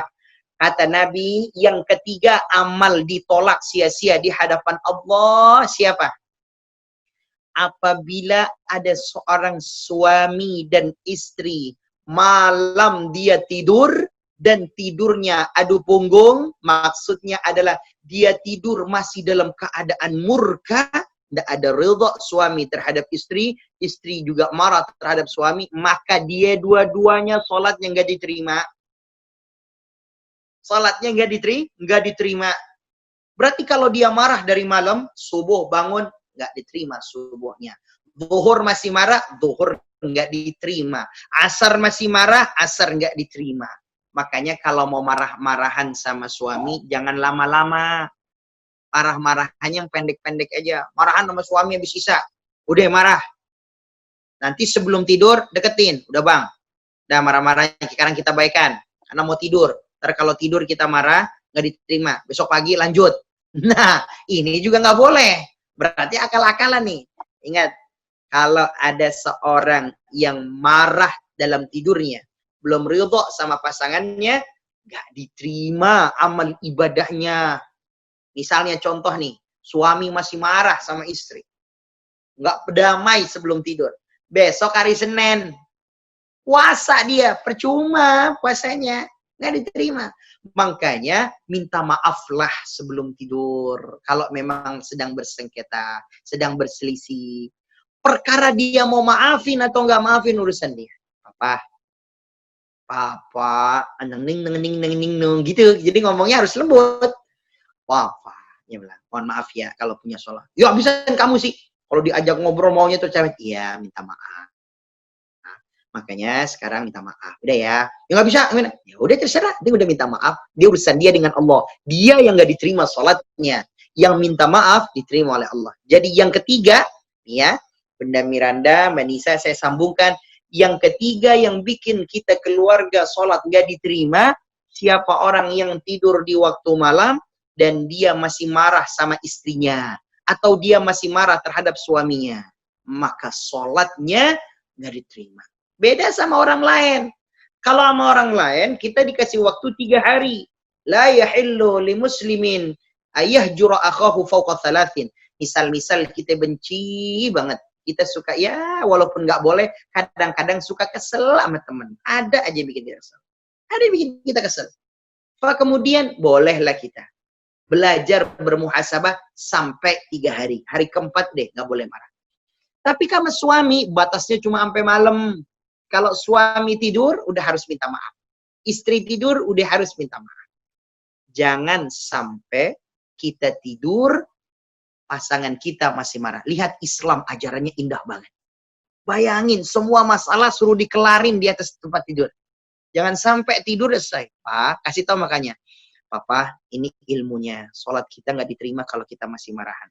Apapun masalahnya, bagaimanapun kita marahnya, pokoknya selama kemudian kita masih ada, kemudian musyawarah, sebelum tidur kita harus sudah selesaikan. Paham ya? Nah, ini yang dimaksud. Nah, bagaimana kalau anak? Ya, kalau anak nggak boleh marah sama orang tua, Bunda. Anak nggak boleh. Anak itu mau marah bagaimana nggak pantas sama orang tua. Karena jasanya orang tua paling banyak. Tapi kalau orang tua yang marah sama anak, jangan tunggu tidur. Semenit orang tua marah, dosa kita. Sedetik orang tua marah, dosa. Cepet-cepet minta maaf. Kalau udah minta maaf, terampuni. Jangan sekali-sekali gimana. Tapi kalau orang tua ke anak, tadi ada sedikit iklan yang saya sempat baca di bawah, mungkin itu sponsor. Kalau ada yang bertanya, bagaimana marahnya sama anak, Ustadz? Lu kemudian kita anak yang marah. Kalau anak yang marah, kita nggak boleh. Orang tua yang marah juga nggak boleh. Emang mau anaknya nggak dapat ridhonya Allah? Nggak boleh kita ancam. Nah, ingat loh, ridho Allah dari ridho aku. Kalau kamu ngasih duit, aku nggak ridho. Ya salah. Orang tuanya juga yang salah. Jadi kalau orang tua marah, kita anak segera minta maaf. Kalau kita anak marah, segera kemudian kita memaafkan. Apa sebab? Tidak ada satu alasan apapun yang membuat kita boleh marah kepada orang tua. Kecuali dia melanggar syariatnya Allah, kita nggak marah sama orang tua, tapi marah sama yang dia langgarnya. Jadi selama sifatnya itu hilang, ya sudah, balikan lagi. Tapi kalau sifatnya masih ada, orang tua masih kemudian minum khamr, masih berjudi. Kita sampaikan, ayah, bunda, ini haram, tinggalkan. Tapi masih, wah haram. Tapi berlaku baiknya, tetap aja. Kalau ada makanan, kirim aja. Tapi adapun kemudian main judi segala macamnya, papa, Ananda nggak kirim lagi duit. Apa sebab? Karena papa masih banget candu sama judi sama minuman khamr. Jadi sekarang Nanda kirimin barang aja. Nasi aja. Makanan saja. Pakaian. Karena khawatir, kecuali papa sudah berhenti. Nah, kira-kira begitu. Nah, itu sekaligus menjawab untuk Bunda Miranda dan sambungan ke kita syarat yang ketiga, Mbak Nisa. Silakan. Jadi ibadah yang tertolak yang poin nomor 3 adalah suami istri yang ketika sebelum tidur masih marahan, itu sholatnya tidak akan terima sampai mereka bermaafan ya Ustadz ya. Kemudian untuk pertemanan itu ada batas 3 hari, Ustadz. Kalau lewat 3 hari juga sholatnya tidak diterima juga, Ustadz. Untuk Bunda. Oke. Kalau kita masih marahan sama orang lain, lewatin daripada 3 hari, maka kemudian kita cuma kalau dengan tetangga, tanpa harus kita kemudian meminta maaf, cukup dengan memaafkan dari diri kita. Oh, jadi tanpa perlu ada akad gitu ya. Yang penting hati kita maafin dan dengan harapannya juga udah maafin kita gitu ya, Ustadz ya. Tapi ini saya punya pertanyaan, Ustadz. Misalnya kita punya teman, kemudian teman itu berlaku maksiat ya Ustadz ya. Berlaku maksiat, mungkin zina atau maksiat-maksiat yang lain. Dan itu berpengaruh terhadap pertemanan gitu akhirnya. Sehingga memutuskan untuk menjauhi kawan kita itu, dan akhirnya walaupun bukan marahan ya Ustadz, tapi sepertinya menjadi memotong tali silaturahim itu. Bagaimana Ustadz ya? Karena kita khawatir itu akan memberi pengaruh yang buruk terhadap diri kita, sehingga kita memutuskan untuk ya udahlah nggak usah deket-deket dengan orang tersebut karena membawa pengaruh yang tidak baik. Itu gimana Ustadz? Itu sama nggak dengan marahin 3 hari itu? Oke, siap. Mari kemudian memaknai dulu apa itu silaturahim. Silaturahim, silah artinya menyambung. Rahim hubungan yang baik. Jadi hubungan yang baik yang di dalamnya tidak ada maksiat. Silaturahim itu menyambung hubungan baik yang tidak ada dalam hubungan maksiat. Jadi kalau ada kawan ngelakuin maksiat, kita tinggalkan dia, lu kemudian nggak mau nongkrong sama dia karena di dalam tongkrongan ada minum-minum khamar, ada kemudian main-main judi, itu bukan kemudian merusak silaturahim. Justru itu kewajiban, karena Allah ancam. Kata Allah apa? Masih ingat nggak yang ikut i'tikaf malam? Masalakakum fi saqar. Nanti di akhirat, orang ahli surga bisa ngobrol sama yang neraka. Jeleknya adalah yang di neraka itu memberikan jawaban yang sedetail-detailnya. Yang ahli surga menjawab, fi jannati yatasaalun. Nanti orang-orang ahli surga nanya tuh sama orang ahli neraka, masalakakum fi saqar. Bang, mau nanya bang. Neng, girls, hi guys. Nanya gitu kita nih. Yang mau di surga tuh, golongan yang masuk di surga, pas giliran masuk surga, jadi gini, surga dan neraka itu ada transparan yang bisa terlihat. Allahu a'lam, apakah nanti kayak kaca, apakah kayak kain, atau kayak pemandangan, Allahu a'lam. Tapi yang di surga bisa ngelihat, yang di neraka, neraka bisa ngelihat di surga. Semuanya diperlihatkan. Kata Allah, kata yang di surga, masalakakum fi saqar. Bang, hai guys, lau kenapa bisa nempel di neraka sakor? Ada satu neraka namanya neraka sakor. Dijawab sama mereka, ini Al-Quran langsung. Qalu lam naku minal musallin. Pertama, karena saya nggak sholat, tinggalin sholat wajib. Yang kedua, walam nut'imul miskin, karena nggak pernah ngasih makan orang miskin. Yang ketiga nih yang parah, yang pertanyaan ini. Wa kunna nakhudu ma'al khaidin. Karena saya dahulu waktu di dunia sering duduk-duduk bareng bersama pelaku maksiat. Walaupun nggak maksiat. Duduk-duduk bareng sama pelaku maksiat. Weh, ke klub malam, clubbing, diskotik, ajeb-ajeb. Emang bener nggak sih lagunya ajeb-ajeb? Kayaknya lucu banget kalau di klub ada lagunya ajeb-ajeb. Norak banget dah kayaknya dah. Nah, pas giliran ke sana, wah, segala macam kumpul, laki perempuan campur, yang auratnya terbuka kita ngeliat. Tapi kita nggak minum khamar. Kita minumnya cuma Coca-Cola. Dosa nggak? Sama, neraka sakor. Rugi ente. Apa sebabnya? Wa kunna nakhudu ma'al qaidin. Kami duduk-duduk bareng. Bersama siapa Ustadz? Bareng sama mereka pelaku maksiat. Maka ini yang kemudian kita ingat. Maka silaturahim adalah apa Ustaz? Silaturahim itu adalah silah menyambung. Ar-Rahim, hubungan baik yang di dalamnya ketaatan Allah. Jadi kalau di dalamnya ada kemaksiatan, maka itu perkara yang buruk. Justru ditinggalkan. Allah ngingetin dalam Al-Quran. Itu kita ingetin, Bu. Surat Al-Muddathir. Nanti lihat tuh. Surat Al-Muddathir ayat 42, masalakakum fi saqar. Jawabannya ada di situ, karena kami nongkrong-nongkrong. We are gaul banget sama orang-orang yang ngelakuin maksiat tadi. Nongkrong-nongkrong, minum-minum, judi-judi. Itu semuanya haram. Tapi Ustadz, kita kemudian nggak deketin sama dia. Oh enggak, orangnya kita nggak benci. Orangnya kita nggak benci. Yang kita benci kemaksiatannya. Sehingga sewaktu-waktu apabila dia ketok pintu rumah kita, dia WhatsApp kita, kita tetap balas. Assalamualaikum, Ahmad. Mana aja lo, udah nggak pernah nongkrong-nongkrong bareng kita. Duh bro, mohon maaf deh, gue udah nggak mabok-mabokan lagi. Sok suci lo. Ya udah deh, kayak gue duluan ya, assalamualaikum. Selesai. Gue nggak benci sama orangnya, gue nggak benci sama lunya bro. Yang gue benci kelakuan lunya. Lu tetap temen sama gue, lu sama gue tetap bro, sob. Tetap teman. Suatu saat dia kemudian bilang, bro, gue nikahan nih, lu datangnya. Datang kita, karena dia teman kita. Suatu saat kemudian anaknya lahir, kita datang ke rumah sakitnya. Masalahnya kita nggak benci sama lu. Nggak nyangka lu tetap datang ke anak gue lahiran, istri gue lahiran. Lah, lu temen gue dari SD. Lu temen gue SMP. Tapi kalau dalam maksiat, lu nggak temen sama gue. Karena yang gue benci bukan elunya. Yang gue benci kelakuannya. Kelakuannya. Lu narkoba, gue nggak mau ikutan. Gue nggak ikutan.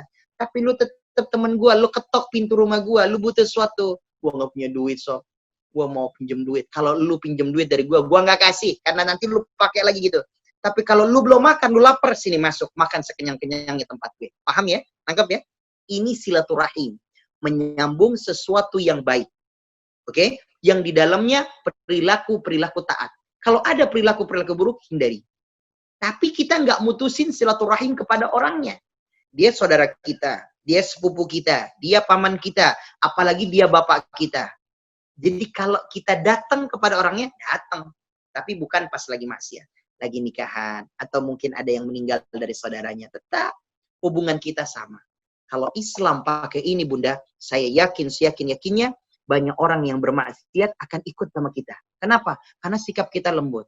Gak nyangka, gue pikir lu Islamnya Islam ekstrim. Ternyata lu Islamnya Islam es krim.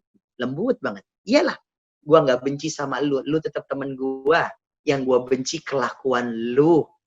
Oke guys, gitu kira-kira. Gitu, oh, baik Ustadz. Penanya selanjutnya Ran, silakan Rani Gani. Assalamualaikum Ustadz. Waalaikumsalam warahmatullahi wabarakatuh. Ya. Bismillahirrahmanirrahim. Ustadz mau tanya, amalan yang tidak dikerjakan pakai ilmu atau dalil itu maksudnya bid'ah ya Ustadz? Nah, saya pernah dengar ini menyangkut mengenai tahlilan. Apakah tahlilan itu termasuk bid'ah? Karena kebetulan setahun lalu anak saya meninggal, saya tidak melakukan tahlilan sama suami karena kita berdua menurut kita tidak perlu ada tahlilan. Nah, ini menjadi perdebatan dengan orang-orang tua kita gitu. Jadi sempat berdebat karena kita benar-benar tidak mau ada tahlilan, tapi karena mereka terus memaksa, akhirnya kita buat, tapi bukan kita sebut tahlilan lah. Saya sama suami tidak mau menyebut itu tahlilan karena kebetulan terakhir itu jatuhnya di akhir puasa, jadi besoknya Lebaran. Jadi dia orang tua kebetulan mau bikin 7 harian gitu.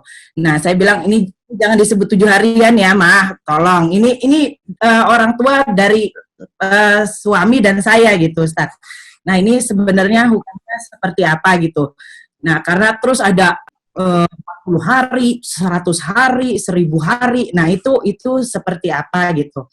Nah terus apakah kalau kita sakit atau kita dikasih cobaan-cobaan oleh Allah itu katanya bisa menghapus dosa-dosa kita terdahulu. Sudah Ustaz, terima kasih. Oke, Masya Allah Bunda. Baik, yang kita fahami tadi adalah bagaimana kemudian sesuatu yang dilarang yang tidak ada dalilnya, baik khusus maupun umum. Oke ya? Baik secara khusus maupun secara umum. Baik, kita mau ngambil tahlilan. Baik Bunda, yang mau ditanya apanya? Misalnya perilaku tahlilannya. Di dalam tahlilan baca apa? Al-Fatihah. Dalilnya ada. Hadis riwayatnya Bukhari, hadis riwayatnya Muslim. Aku ajarkan kepada engkau yang paling a'zam dalam surah Al-Quran adalah Fatihah. Surah Yasin, boleh dibaca nggak? Dalilnya juga ada. Dalam tafsir surah Yasin, hadis riwayatnya Abu Daud dan Tirmidzi. Di dalam Al-Quran ada hati. Wa qalbul Quran Yasin. Apalagi yang dibaca? Al-Ikhlas, Al-Falaq, An-Nas. Hadis riwayatnya Bukhari Muslim. Siapa orang yang baca Al-Ikhlas, Al-Falaq, An-Nas sebelum tidurnya, maka Allah akan jaga malaikat sampai kemudian dia terbangun. Dan Allah jaga daripada gangguan-gangguan jin dan syaitan. Apalagi yang dibaca dalam tahlil. Yang kalau ini yang dipermasalahkan bacaannya. Kalau yang dibaca lagi kemudian awal surat Al-Baqarah, pertengahan surat Al-Baqarah. Jadi mulai dari Alif Lam Mim sampai wa ulaika humul muflihun. Lalu kemudian Allahu la ilaha illa wal hayyul qayyum. Lalu akhir surat Al-Baqarah amanar rasulu bima unzila.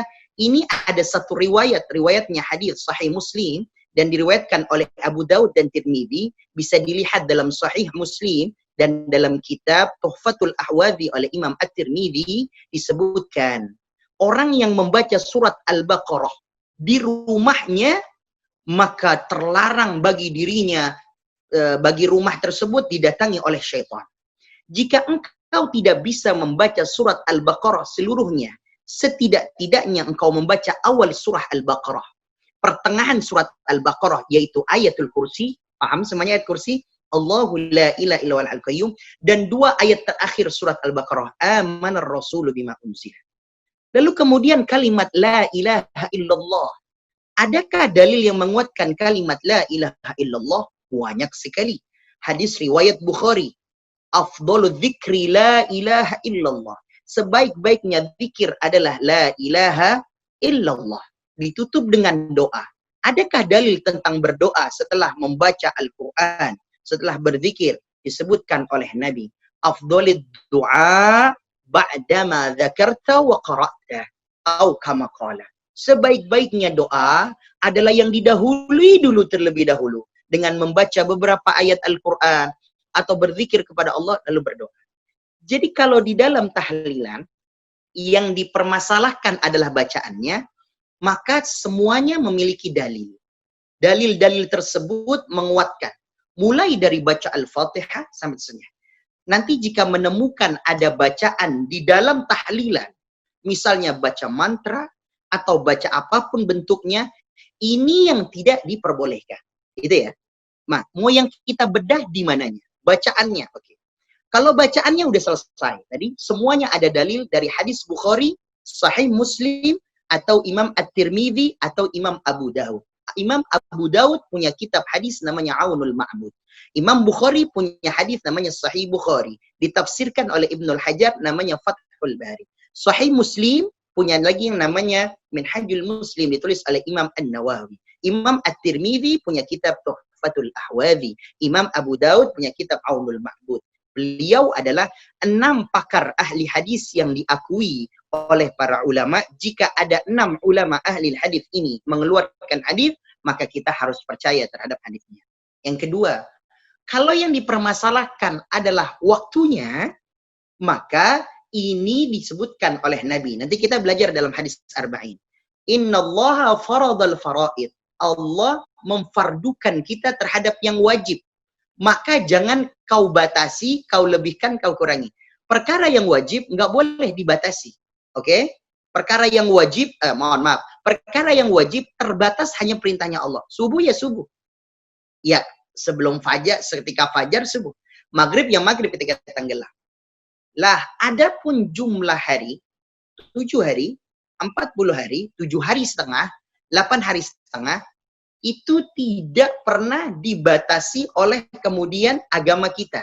Sehingga itu adalah amalia sunnah. Bebas saja. Saya mau ngasih contoh. Ada orang yang sudah nikah, lalu kemudian jalan-jalan di anniversary-nya. Halal atau haram? 1 tahun dia menikah, lalu kemudian dia pengen pergi jalan-jalan. Jalan-jalan yuk, Pak. Kita udah 1 tahun. Boleh? Boleh. 40 hari? Juga boleh. 7 hari udah nikah, Pak. Udah 7 hari nikah, jalan-jalan yuk. Juga boleh. Nah, jadi yang tidak diperbolehkan Bunda Rani adalah sesuatu yang nggak ada dalilnya. Kalau Bunda Rani menemukan sesuatu yang nggak ada dalilnya, tanyakan ke saya. Ada nggak dalilnya? Nah, jika ada, berarti hukumnya boleh. Yang kedua, antara membatasi dengan tidak. Apakah ini amalan wajib? Kalau wajib, nggak boleh. Kemudian kita yang ngatur. Semuanya dari Allah. Subuh tetap 2. Asar tetap 4. Puasa Ramadan cuma ada di bulan Ramadan. Haji hanya bulan Dzulhijjah. Tapi kalau ada orang meninggal, didoakan. Yang mendoakan mau mendoakan 7 hari. Mendoakan 40 hari. Ini amalia sunnah. Tidak ada batasan di dalam Al-Quran. Membaca Al-Quran boleh 1 hari, boleh 7 hari, boleh 10 hari. Nah, maka ketika disebut tahlilan, silahkan kita mau membedah di bagian mananya. Jika ada yang nggak ada dalilnya, baru yang kita larang yang nggak ada dalilnya, yang tidak ada perintahnya. Itu yang berkaitan dengan tahlilan atau apapun bentuknya. Namanya aja udah tahlil. Kalimat la ilaha illallah. Saya sampaikan sekali lagi, para bunda, jika memang ada sesuatu yang nggak ada dalilnya, baru kita hindari. Makanya penting sekali kita membuka wawasan seluas-luasnya. Jadi kenapa ya orang dulu pada ada 40 hari, ada kemudian 7 hari? Karena ada maknanya. Saya ngasih contoh. Kenapa hadis ini 40? Kenapa nggak 42 sih? 43, 44? Karena ada hadis Nabi. Di muqaddimahnya udah disebutkan. Siapa yang mempelajari 40 hadis akan dibangkitkan oleh Allah dalam keadaan alim, dalam keadaan faqih. Nah, makanya sebagai ahli yang kemudian mengambil dalil harus faham satu ilmu, Bunda Rani. Namanya ilmu usul fikih. Ilmu usul fikih untuk mengkaji mana hadis ayat yang sifatnya umum, hadis ayat yang sifatnya khusus. Yang kedua, berkaitan dengan apa yang kemudian kita lakukan, amal soleh kita yang kita lakukan, lalu kemudian tidak ada perintahnya, tidak ada hukum asalnya, jelas itu terlarang. Tetapi apabila ada hukum secara umum, kita diperbolehkan. Hukumnya menjadi hak kita untuk memilih hal tersebut. Contohnya, sholat duha. Jam berapa, Bun? Sholat duha. Ketika udah datang syuruk, sholat duha. Jam 8 boleh. Jam 10 boleh. 2 rakaat boleh. 4 rakaat boleh. 6 rakaat, 8 rakaat, 12 rakaat juga boleh. Nah, itu yang dimaksud. Gitu ya, Bun ya. Cukup, Ran? Ustadz, mau tanya masih ada waktu berapa lama Ustadz berkenan? Apakah boleh ada satu penanya nih yang boleh? Kita sampai 21 sampai 21.20 boleh. 21.20 baik Ustadz, masih ada 8 menit. Ini pertanyaannya masuk ke private message.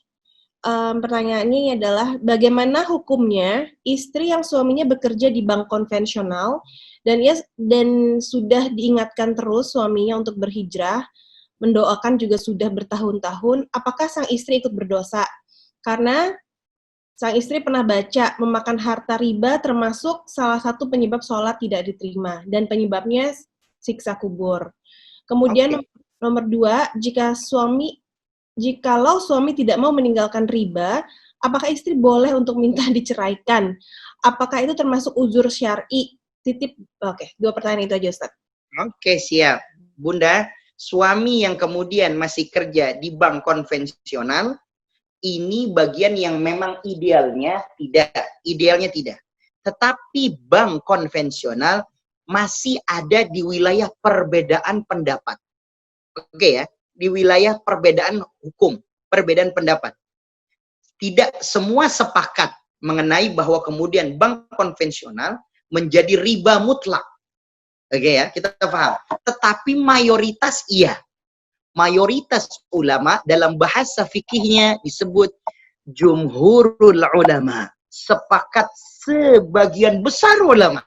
Berarti masih di sebagian kecil. Sehingga hukum fikihnya apabila seorang suami melaksanakan perkara yang di dalamnya masih perbedaan ulama, maka tugas kita adalah mengambil yang terbaik. Apa itu? Kita mohon sama suami, bilang pelan-pelan. Cuma permohonan kita terhadap suami harus mencari bagaimana kemudian solusi yang terbaiknya. Kita juga harus memahami kalau suami berhenti bekerja, maka kemudian nanti dia kerjanya di mana. Kita akan muncul yang lain. Saya kasih contoh. Suami kerja kemudian di bank, lalu kemudian kita tuntut cerai. Lalu kemudian dia berhenti dari bank, lu nggak punya pekerjaan, nggak bisa nafkahin istri tuntut cerai juga. Suami dalam keadaan bingung. Gua kerja dituntut cerai, berhenti kerja dituntut cerai. Lalu bagaimana nih urusannya? Nah, ulama sepakat.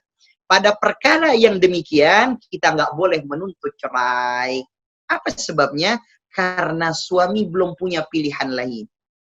Maka bagaimana caranya? Terus bimbing, terus mohonkan sama Allah agar kemudian bisa keluar daripada hal tersebut. Yang kedua, cari solusinya. Misalnya Bunda, berdagang, lalu kemudian ada hasil yang memang kemudian, Pak, ini aku dagang online. Dagang online aku nih alhamdulillah pendapatannya melebihi dari gaji kamu. Gaji kamu kan cuma 10 juta. Gaji aku 35 juta nih dari online. Itu online ngapain sih tuh? Gajinya gede banget, 35 juta. Lalu kita bilang, Pak, gimana kalau kamu bantu aja. Lalu kemudian ini semuanya aku serahin ke kamu, kamu yang kelola. Ayo bismillah deh, biar kita keluar dari perkara-perkara ini. Oh ya udah kalau emang itu mau kamu. Ada solusi, tawarkan dulu, cari dulu solusinya. Jangan kemudian kita bak. Tapi idealnya memang dilepaskan. Idealnya ada hukum aulawiyah, prioritas. Tapi ada hukum awaliyah. Bagaimana kemudian beradaptasi dengan keadaan tersebut. Sehingga nggak Islam yang kemudian diburukan. Terus kemudian kita bilang, yakin sama Allah. Allah pasti berikan jalan. Iya, kalau orang yang udah Islamnya lama, kafah, iya. Lah kalau Islamnya masih baru hijrah, baru-baru taubat, disuruh yakin sama Allah, terus nggak punya pekerjaan, terus dia bilang, katanya suruh sholat, giliran udah sholat nggak punya kerjaan. Katanya suruh berhenti riba, giliran keluar dari riba malah punya utang. Ini gimana? Nah ini, akhirnya disalahkan apa? Hukumnya salah. Yang salah yang menyampaikan. Yang menyampaikan tinggal bilang haram, tapi nggak ngasih solusi. Nah, jadi dalam perkara ini Bunda, idealnya memang dilepaskan. Tetapi sebelum dilepaskan, mari istri dan suami mencari jalan, minta petunjuk sama Allah, minta tahajud duha, sholat ba'diyah qabliyah, minta sama Allah. Apa ya jalan keluarnya? Tiba-tiba ada teman yang ngajak bisnis usaha, buka restoran. Tiba-tiba ada teman yang ngajak buka kafe. Tiba-tiba jual online Bunda, buka catering. Alhamdulillah aku. Nah kita bilang, Bang, solusinya udah ada. Ini catering udah jalan. Anak sekolah bisa, bahkan cukup. Sama banget kayak gaji kamu. Dah yuk, bismillah dah. Nah, itu baru solusi. Nah, kira-kira begitu. Ustadz, ditambahin sedikit oleh penyanyi, dalam hal ini istri bekerja dan sudah menawarkan suami untuk biaya hidup sementara pakai pendapatan istri, tapi suami menolak. Iya, Bun. Itu kan masih istri yang bekerja. Tetapi kewajiban utamanya adalah suami. Saya paham betul bagaimana keinginan untuk keluar ini. Saya paham. Tetapi kita juga harus memahami bahwa salah satu tugas kita adalah berdakwah terhadap suami. Lah kalau Bunda bercerai terhadap suami, lalu kemudian dakwahnya di mana terhadap suami? Mengingatkan suaminya gimana? Lawang kemudian baru belajar kita tahu tentang ini haram. Sementara si suami sudah bekerja tahunan dari situ. Dia sudah mendapatkan nyamannya dan segala macam. Maka caranya adalah bukan bercerainya. Cerainya entar dulu. Itu nomor belakang. Yang sekarang dipikirkan adalah bagaimana merayunya, bagaimana meminta solusinya, dan seterusnya. Cerai itu nomor belakang. Sebab kenapa? Khawatir kemudian apa yang kemudian kita lakukan dengan perceraian akan membuat suami makin buruk. Apa kata suami? Salah gue apa nih? Islam. Masya Allah. Gue udah kerja di bank. Gaji ngasih ke istri. Tetapi istri malah minta cerai. Ya Allah. Kenapa Islam ajarin ini? Nah ini ada yang kurang pas. Makanya kita sempurnain pelan-pelan. Karena nggak ada yang bisa langsung. Seperti Bunda. Bunda juga butuh waktu yang sangat lama. Sampai mau nutup auratnya. Masih butuh waktu yang lama. Sampai mau duduk ngaji sampai jam 9. Suami di luar. Masih lama nih Bun. Udah nungguin nih. Suami udah kayak gitu. Tapi sekarang udah nemuin nyamannya. Nah, giliran kita nemuin nyaman, jangan langsung ngegerus suami. Ajak suami dulu nyaman. Ajak dulu Bu ngaji, ngobrol dulu. Kasih tahu bagaimana bahayanya riba. Pelan-pelan dengan sayang, pelan-pelan. Masih ingat ya? Suami berubah bukan karena seringnya kita kajian. Bukan karena banyaknya catatan kajian. Tapi karena lembutnya kita hati. Nah, kelembutan itu lagi diuji sekarang. Ya, lagi diuji. Bab cerai jangan dibuka dulu pintunya. Entar belakangan. Terus rayu dulu pelan-pelan. Kira-kira begitu. Baik Ustadz, Masya Allah. Ustadz, ini kita masih boleh atau sudah habis waktunya? Harusnya sih udah ya. Kalau apakah masih ada lagi yang mau sekiranya darurat? nggak darurat nggak nih Tea nih? Coba dibuka mic-nya Teh. Ada waktu semenit loh Tea. Kita ngebut. Oke. Oke, aku ngebut ya, sedikit kok. Terakhir ya. Jadi gini, Oke.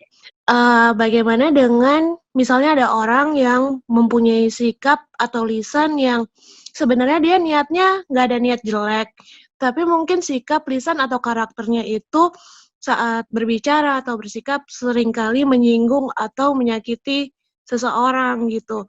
Tapi dia nggak ada maksud buruk atau maksud jelek, tapi emang kayak gitu aja gitu. Itu gimana ya Ustadz?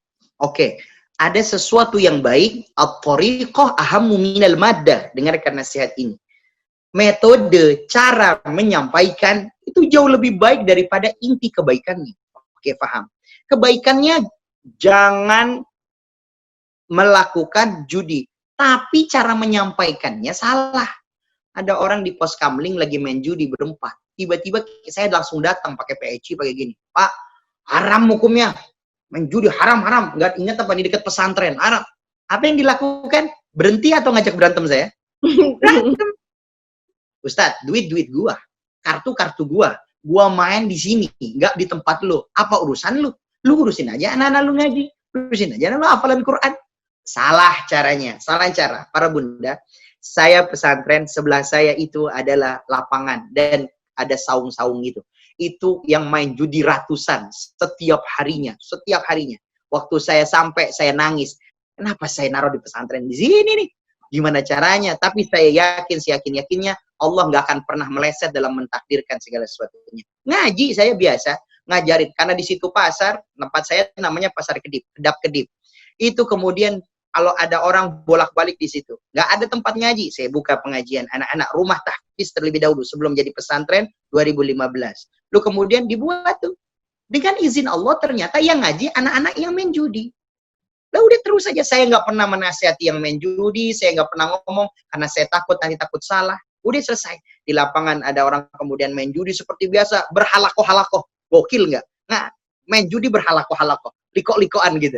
Walhasil kemudian anaknya ngaji semuanya. Dari sore sampai malam Isya. Dari asar sampai maghrib, ada yang sampai Isya. Nah, kalau dia ngaji kan kalau di sini kudu jajan tuh. Dia minta duitnya sama bapak-bapaknya. Apa ibunya, lu minta sama bapak lu, kali-kali menang main judi. Dia minta sama bapaknya. Dikasih duit, temennya bilang, Pak, Mas, masa uang judi dikasih anak buat ngaji? Nggak berkah loh, gokil ya. Ada orang main judi tahu hukum nggak berkah. Ternyata berjalannya waktu, dari situ orang tua malu ngasih duit ke anak. Lalu kemudian saya selalu bilang, nah kalau ngaji cium tangan sama bapak. Pulang ngaji. Saya niatin biar pada berhenti. Allah dengar, alhamdulillah. Pulang ngaji pada cium tangan. Itu orang-orang yang main judi pada malu. Karena segiliran saya buka pengajian, udah ada 80 anak yang ngaji. Udah ada 100 anak yang ngaji. Itu mereka bareng-bareng salaman, yang main judi itu pada kagok. Walhasil, alhamdulillah, yang tadinya judi sore berhenti, pindah ke malam. Ya Allah. Ya Karim, ya Rahman Rahimin. Saya kudu mikir, gimana ini caranya? Ternyata Allah bilang, ya Allah ya Rob, ternyata engkau lagi bercanda nih sama saya nih. Dari sore, dipindahnya jadi jam Isya, jam 8. Sementara anak-anak udah pulang ngaji, gimana caranya? Harus nginep. Akhirnya saya bikin anak-anak itu setiap Sabtu dan Minggu nginep. Karena lagi rame-ramenya. Sabtu, Minggu nginep. Sabtu, Minggu nginep. Ngaji dan terusnya full tuh. Malam nonton film segala macamnya, ada segala macamnya. Maka kemudian dia jadi malu tuh, anak-anaknya ngajinya lama. Dari situlah saya bikin pesantren. Lama-lama nginep full. Berhenti sampai sekarang udah nggak ada lagi orang yang main judi dekat pesantren. Alhamdulillah. Berhenti Ustadz? Enggak. Pindah ke lapangan yang lain. Tapi yang jelas, yang di pesantren sudah tidak ada. Artinya minimal di kampung saya sudah berhenti lah. Adapun pindah tempat lain, yaitu di luar kuasa saya. Nah kira-kira begitu Bun. Apabila ada orang yang baik, menyampaikan kurang baik, diingatkan. Diingatin. Tapi seandainya jika kemudian kita tidak bisa, kita hindari dulu orang tersebut. Apa sebabnya? Karena memang bicaranya, menyampaikan sesuatunya kurang pas. Harus diajarkan. Perlu ada ilmu. Ngingetin orang sholat nggak kayak gitu. Kan harusnya kan kita kalau ngingetin orang sholat gimana? Dengan perilaku kita. Kita ada teman bertiga. Kita ke mall Bun, dengan teman bertiga, berarti berempat. Udah datang waktu zuhur. Cara ngingetin sholat gimana? Udah zuhur, yuk sholat, yuk sholat. Apa mau sholat? Nggak bakalan. Emang hidayah datang begitu doang. Nah. Gimana caranya? Sikap kita. Nih, kita pesen makanan, oke? Lu duduk sini, manis ya. Lu pesen, gue pesen ini. Gue sholat dulu. Tumben banget sholat. Iyalah. Nah, kita tuh tampilin kelembutan kita. Kita nggak nyuruh dia sholat, tapi kita tampilin kelembutan kita. Ngomong kita lembut, perubahan kita lembut. Besok lagi jalan, gitu juga. Sholat. Walhasil orang bilang, lu kayaknya makin kesini makin oke lu. Sholat rajin, lu ngomong udah santun, udah nggak cablak, udah nggak ini. Kayaknya, lu ngapa sih nggak ngajak-ngajak gue kalau ngaji, kalau sholat? Ya kalau mau ikut sholat ya ayo. Akhirnya maghrib ikut ya. Ayo deh bismillah dah, maghrib rame nih. Ikut, lama-lama dia mau. Karena apa? Cara kita manis. Cara kita lembut. Nggak gini, lu mau sholat nggak? Nggak mau sholat lo. Lu tahu kan surat Mudaththir, neraka sakor lu tahu? Neraka sakor lu tahu? Mau nggak sholat? Nah, masuk neraka sakor. Mampus lu. Nah, bagian parah. Nggak akan sholat. Terserah lu. Neraka sakor neraka. Emang surga punya lu apa? Nah, kira-kira begitu. Jadi, cara yang lembut. Nah, apabila ada yang kurang pas, diingatkan. Tapi kalau seandainya kemudian buruk, nggak bisa juga kita ingatkan, oh ya sudah. Jadi kalau sudah kemudian dengan beliau, kita jaga jarak, social distancing. Jaga jarak 10 km. Karena sebab apa bagaimana? Karena jika sesuatu yang baik disampaikan dengan cara yang tidak baik, hasilnya tidak baik. Saya ulangi ya, sesuatu yang baik disampaikan dengan cara tidak baik, hasilnya tidak baik. Nah, makanya hal tersebut yang dimaksud. Saya pikir itu ya, Bun. Jazakallah khair, Ustaz. Manisa juga. Sama-sama, Tia. Terima kasih Ustaz atas waktunya hari ini membahas mengenai amalan ibadah yang tertolak. Satu, itu adalah amalan yang dikerjakan tanpa dalil dan perintah. Kemudian yang kedua, amalan yang kita kerjakan maunya terlihat oleh orang lain atau riya. Kemudian yang ketiga adalah suami istri yang tidur di tengah malam tapi masih marahan satu dengan yang lain tanpa minta maaf.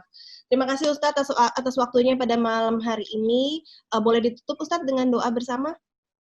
Baik, mari sama-sama yuk kemudian kita beristighfar kepada Allah Subhanahu wa taala. Astaghfirullahaladzim, astaghfirullahaladzim, astaghfirullahaladzim, astaghfirullahaladzim. Kita membaca 2 kalimat tasbih yang memberatkan amal kita di hadapan Allah. Subhanallah wa bihamdihi subhanallahil azim. Subhanallah wa bihamdihi subhanallahil azim. Subhanallah bihamdihi subhanallahil azim. Kita angkat tangan, kita mohon kepada Allah. Alhamdulillah Rabbil Alamin. Allahumma salli ala nabiyina Muhammadin wa alihi wa sahbihi ajma'in. Allahumma ja'al jam'ana hadha jam'an marhuma. Ya Allah, jadikan kumpul kita dalam kajian ini adalah perkumpulan yang Kau berikan barakah. Jadikan perkumpulan kami adalah perkumpulan yang Kau berikan rahmat. Allahumma la tada' lana fi maqamina hadha dhanban illa ghafarta. Ya Rabb, jangan jadikan kita berkumpul kecuali dosa-dosa kami Kau sudah berikan ampunan. Kesulitan-kesulitan kami Kau ganti dengan kemudahan. Di antara kami yang dalam keadaan sakit Kau berikan kesembuhan dan kesabaran. Pun jika ada ya Allah di antara kami yang masih terlilit hutang, Kau berikan jalan untuk menyelesaikan. Allahumma ya latif ultuf bina qulubana. Ya Allah, Engkau yang maha lembut, lembutkan hati kami ya Allah. Engkau yang maha lembut ya Rabb, lembutkan sikap kami terhadap keluarga kami ya Allah. Engkau yang maha lembut, lembutkan hati kami kepada orang-orang yang terdekat kami, sehingga kami bisa bersikap yang lembut, sehingga kemudian mereka senang dengan kami, senang bergaul dengan kebaikan-kebaikan yang kemudian sama-sama kita mohonkan kepada Allah Subhanahu wa taala. Allahumma ya Ghaniyyu ya Hamid ya Mubdi'u ya Mu'id. Ya Allah, tunjukkan kepada kami jalan yang hak dan berikan kami istiqomah di jalan tersebut. Ya Rabbana innana na'malu ma na'lam fa'allimna ma lam na'lam. Ya Allah, kami hanya mampu mengerjakan apa yang kami faham, maka ajarkan apa-apa yang kami faham. Ajarkan apa-apa yang kami belum faham. Ya Rabb, kami hanya mampu mengerjakan apa yang kami tahu, maka ajarkan apa-apa yang kami belum tahu. Allahumma ya Rabbana hablana min azwajina wa dzurriyyatina qurrata a'yun. Ya Allah, anugerahi kepada kami, kepada pendamping kami, suami kami, anak turunan kami, mereka-mereka yang menyejukkan hati kami, ya Allah. Ya Rabb, kalau masih ada pekerjaan mereka yang haram, buka pintu hatinya ya Rabb agar bisa meninggalkan. Kalau masih ada hal-hal riba yang tersangkut di dalam pekerjaan suami saya ya Rabb, bebaskan daripada perkara-perkara riba tersebut dan ganti dengan pekerjaan-pekerjaan yang lebih baik dunia dan akhirat. Rabbana atina fid dunya hasanah. Ya Allah, anugerahi kebaikan-kebaikan kepada kami di dunia, wa fil akhirati hasanah, dan jadikan kebaikan yang kami rasakan di dunia terus kami rasakan di akhirat. Wa qina adzabannar. Semua kebaikan dunia akhirat ini adalah penyelamat kami daripada siksa api neraka Jahannam. Sallallahu ala nabiyina Muhammadin walhamdulillahi rabbil alamin. Saya mohon maaf atas segala kekurangan. Izin, terima kasih Mbak Nisa dan yang lainnya. Saya pamit, ketemu lagi insya Allah di lain kesempatan. Wassalamualaikum warahmatullahi wabarakatuh. Waalaikumsalam warahmatullahi wabarakatuh. Terima kasih Ustaz. Terima kasih Ustaz. Terima kasih. teman-teman. Saya mengingatkan besok ada tadarus bersama masuk ke juz 7 ya, hari Selasa jam 19.30. Kemudian mari kita sama-sama baca doa kafaratul majlis tadi belum. Bismillahirrahmanirrahim. Subhanakallahumma wa bihamdika Subhanakallah wa bihamdika asyhadu an la ilaha illa anta astaghfiruka wa atubu ilaik. Mudah-mudahan Jazakallah Nisa. Amin. Jazakillah. Mudah-mudahan majelis kita pada hari ini mendapatkan ilmu yang bisa. Amin. Dan mohon maaf jika ada hal-hal yang tidak berkenan. Selamat istirahat semuanya, sampai ketemu besok. Ya, Wassalamualaikum makasih Anissa.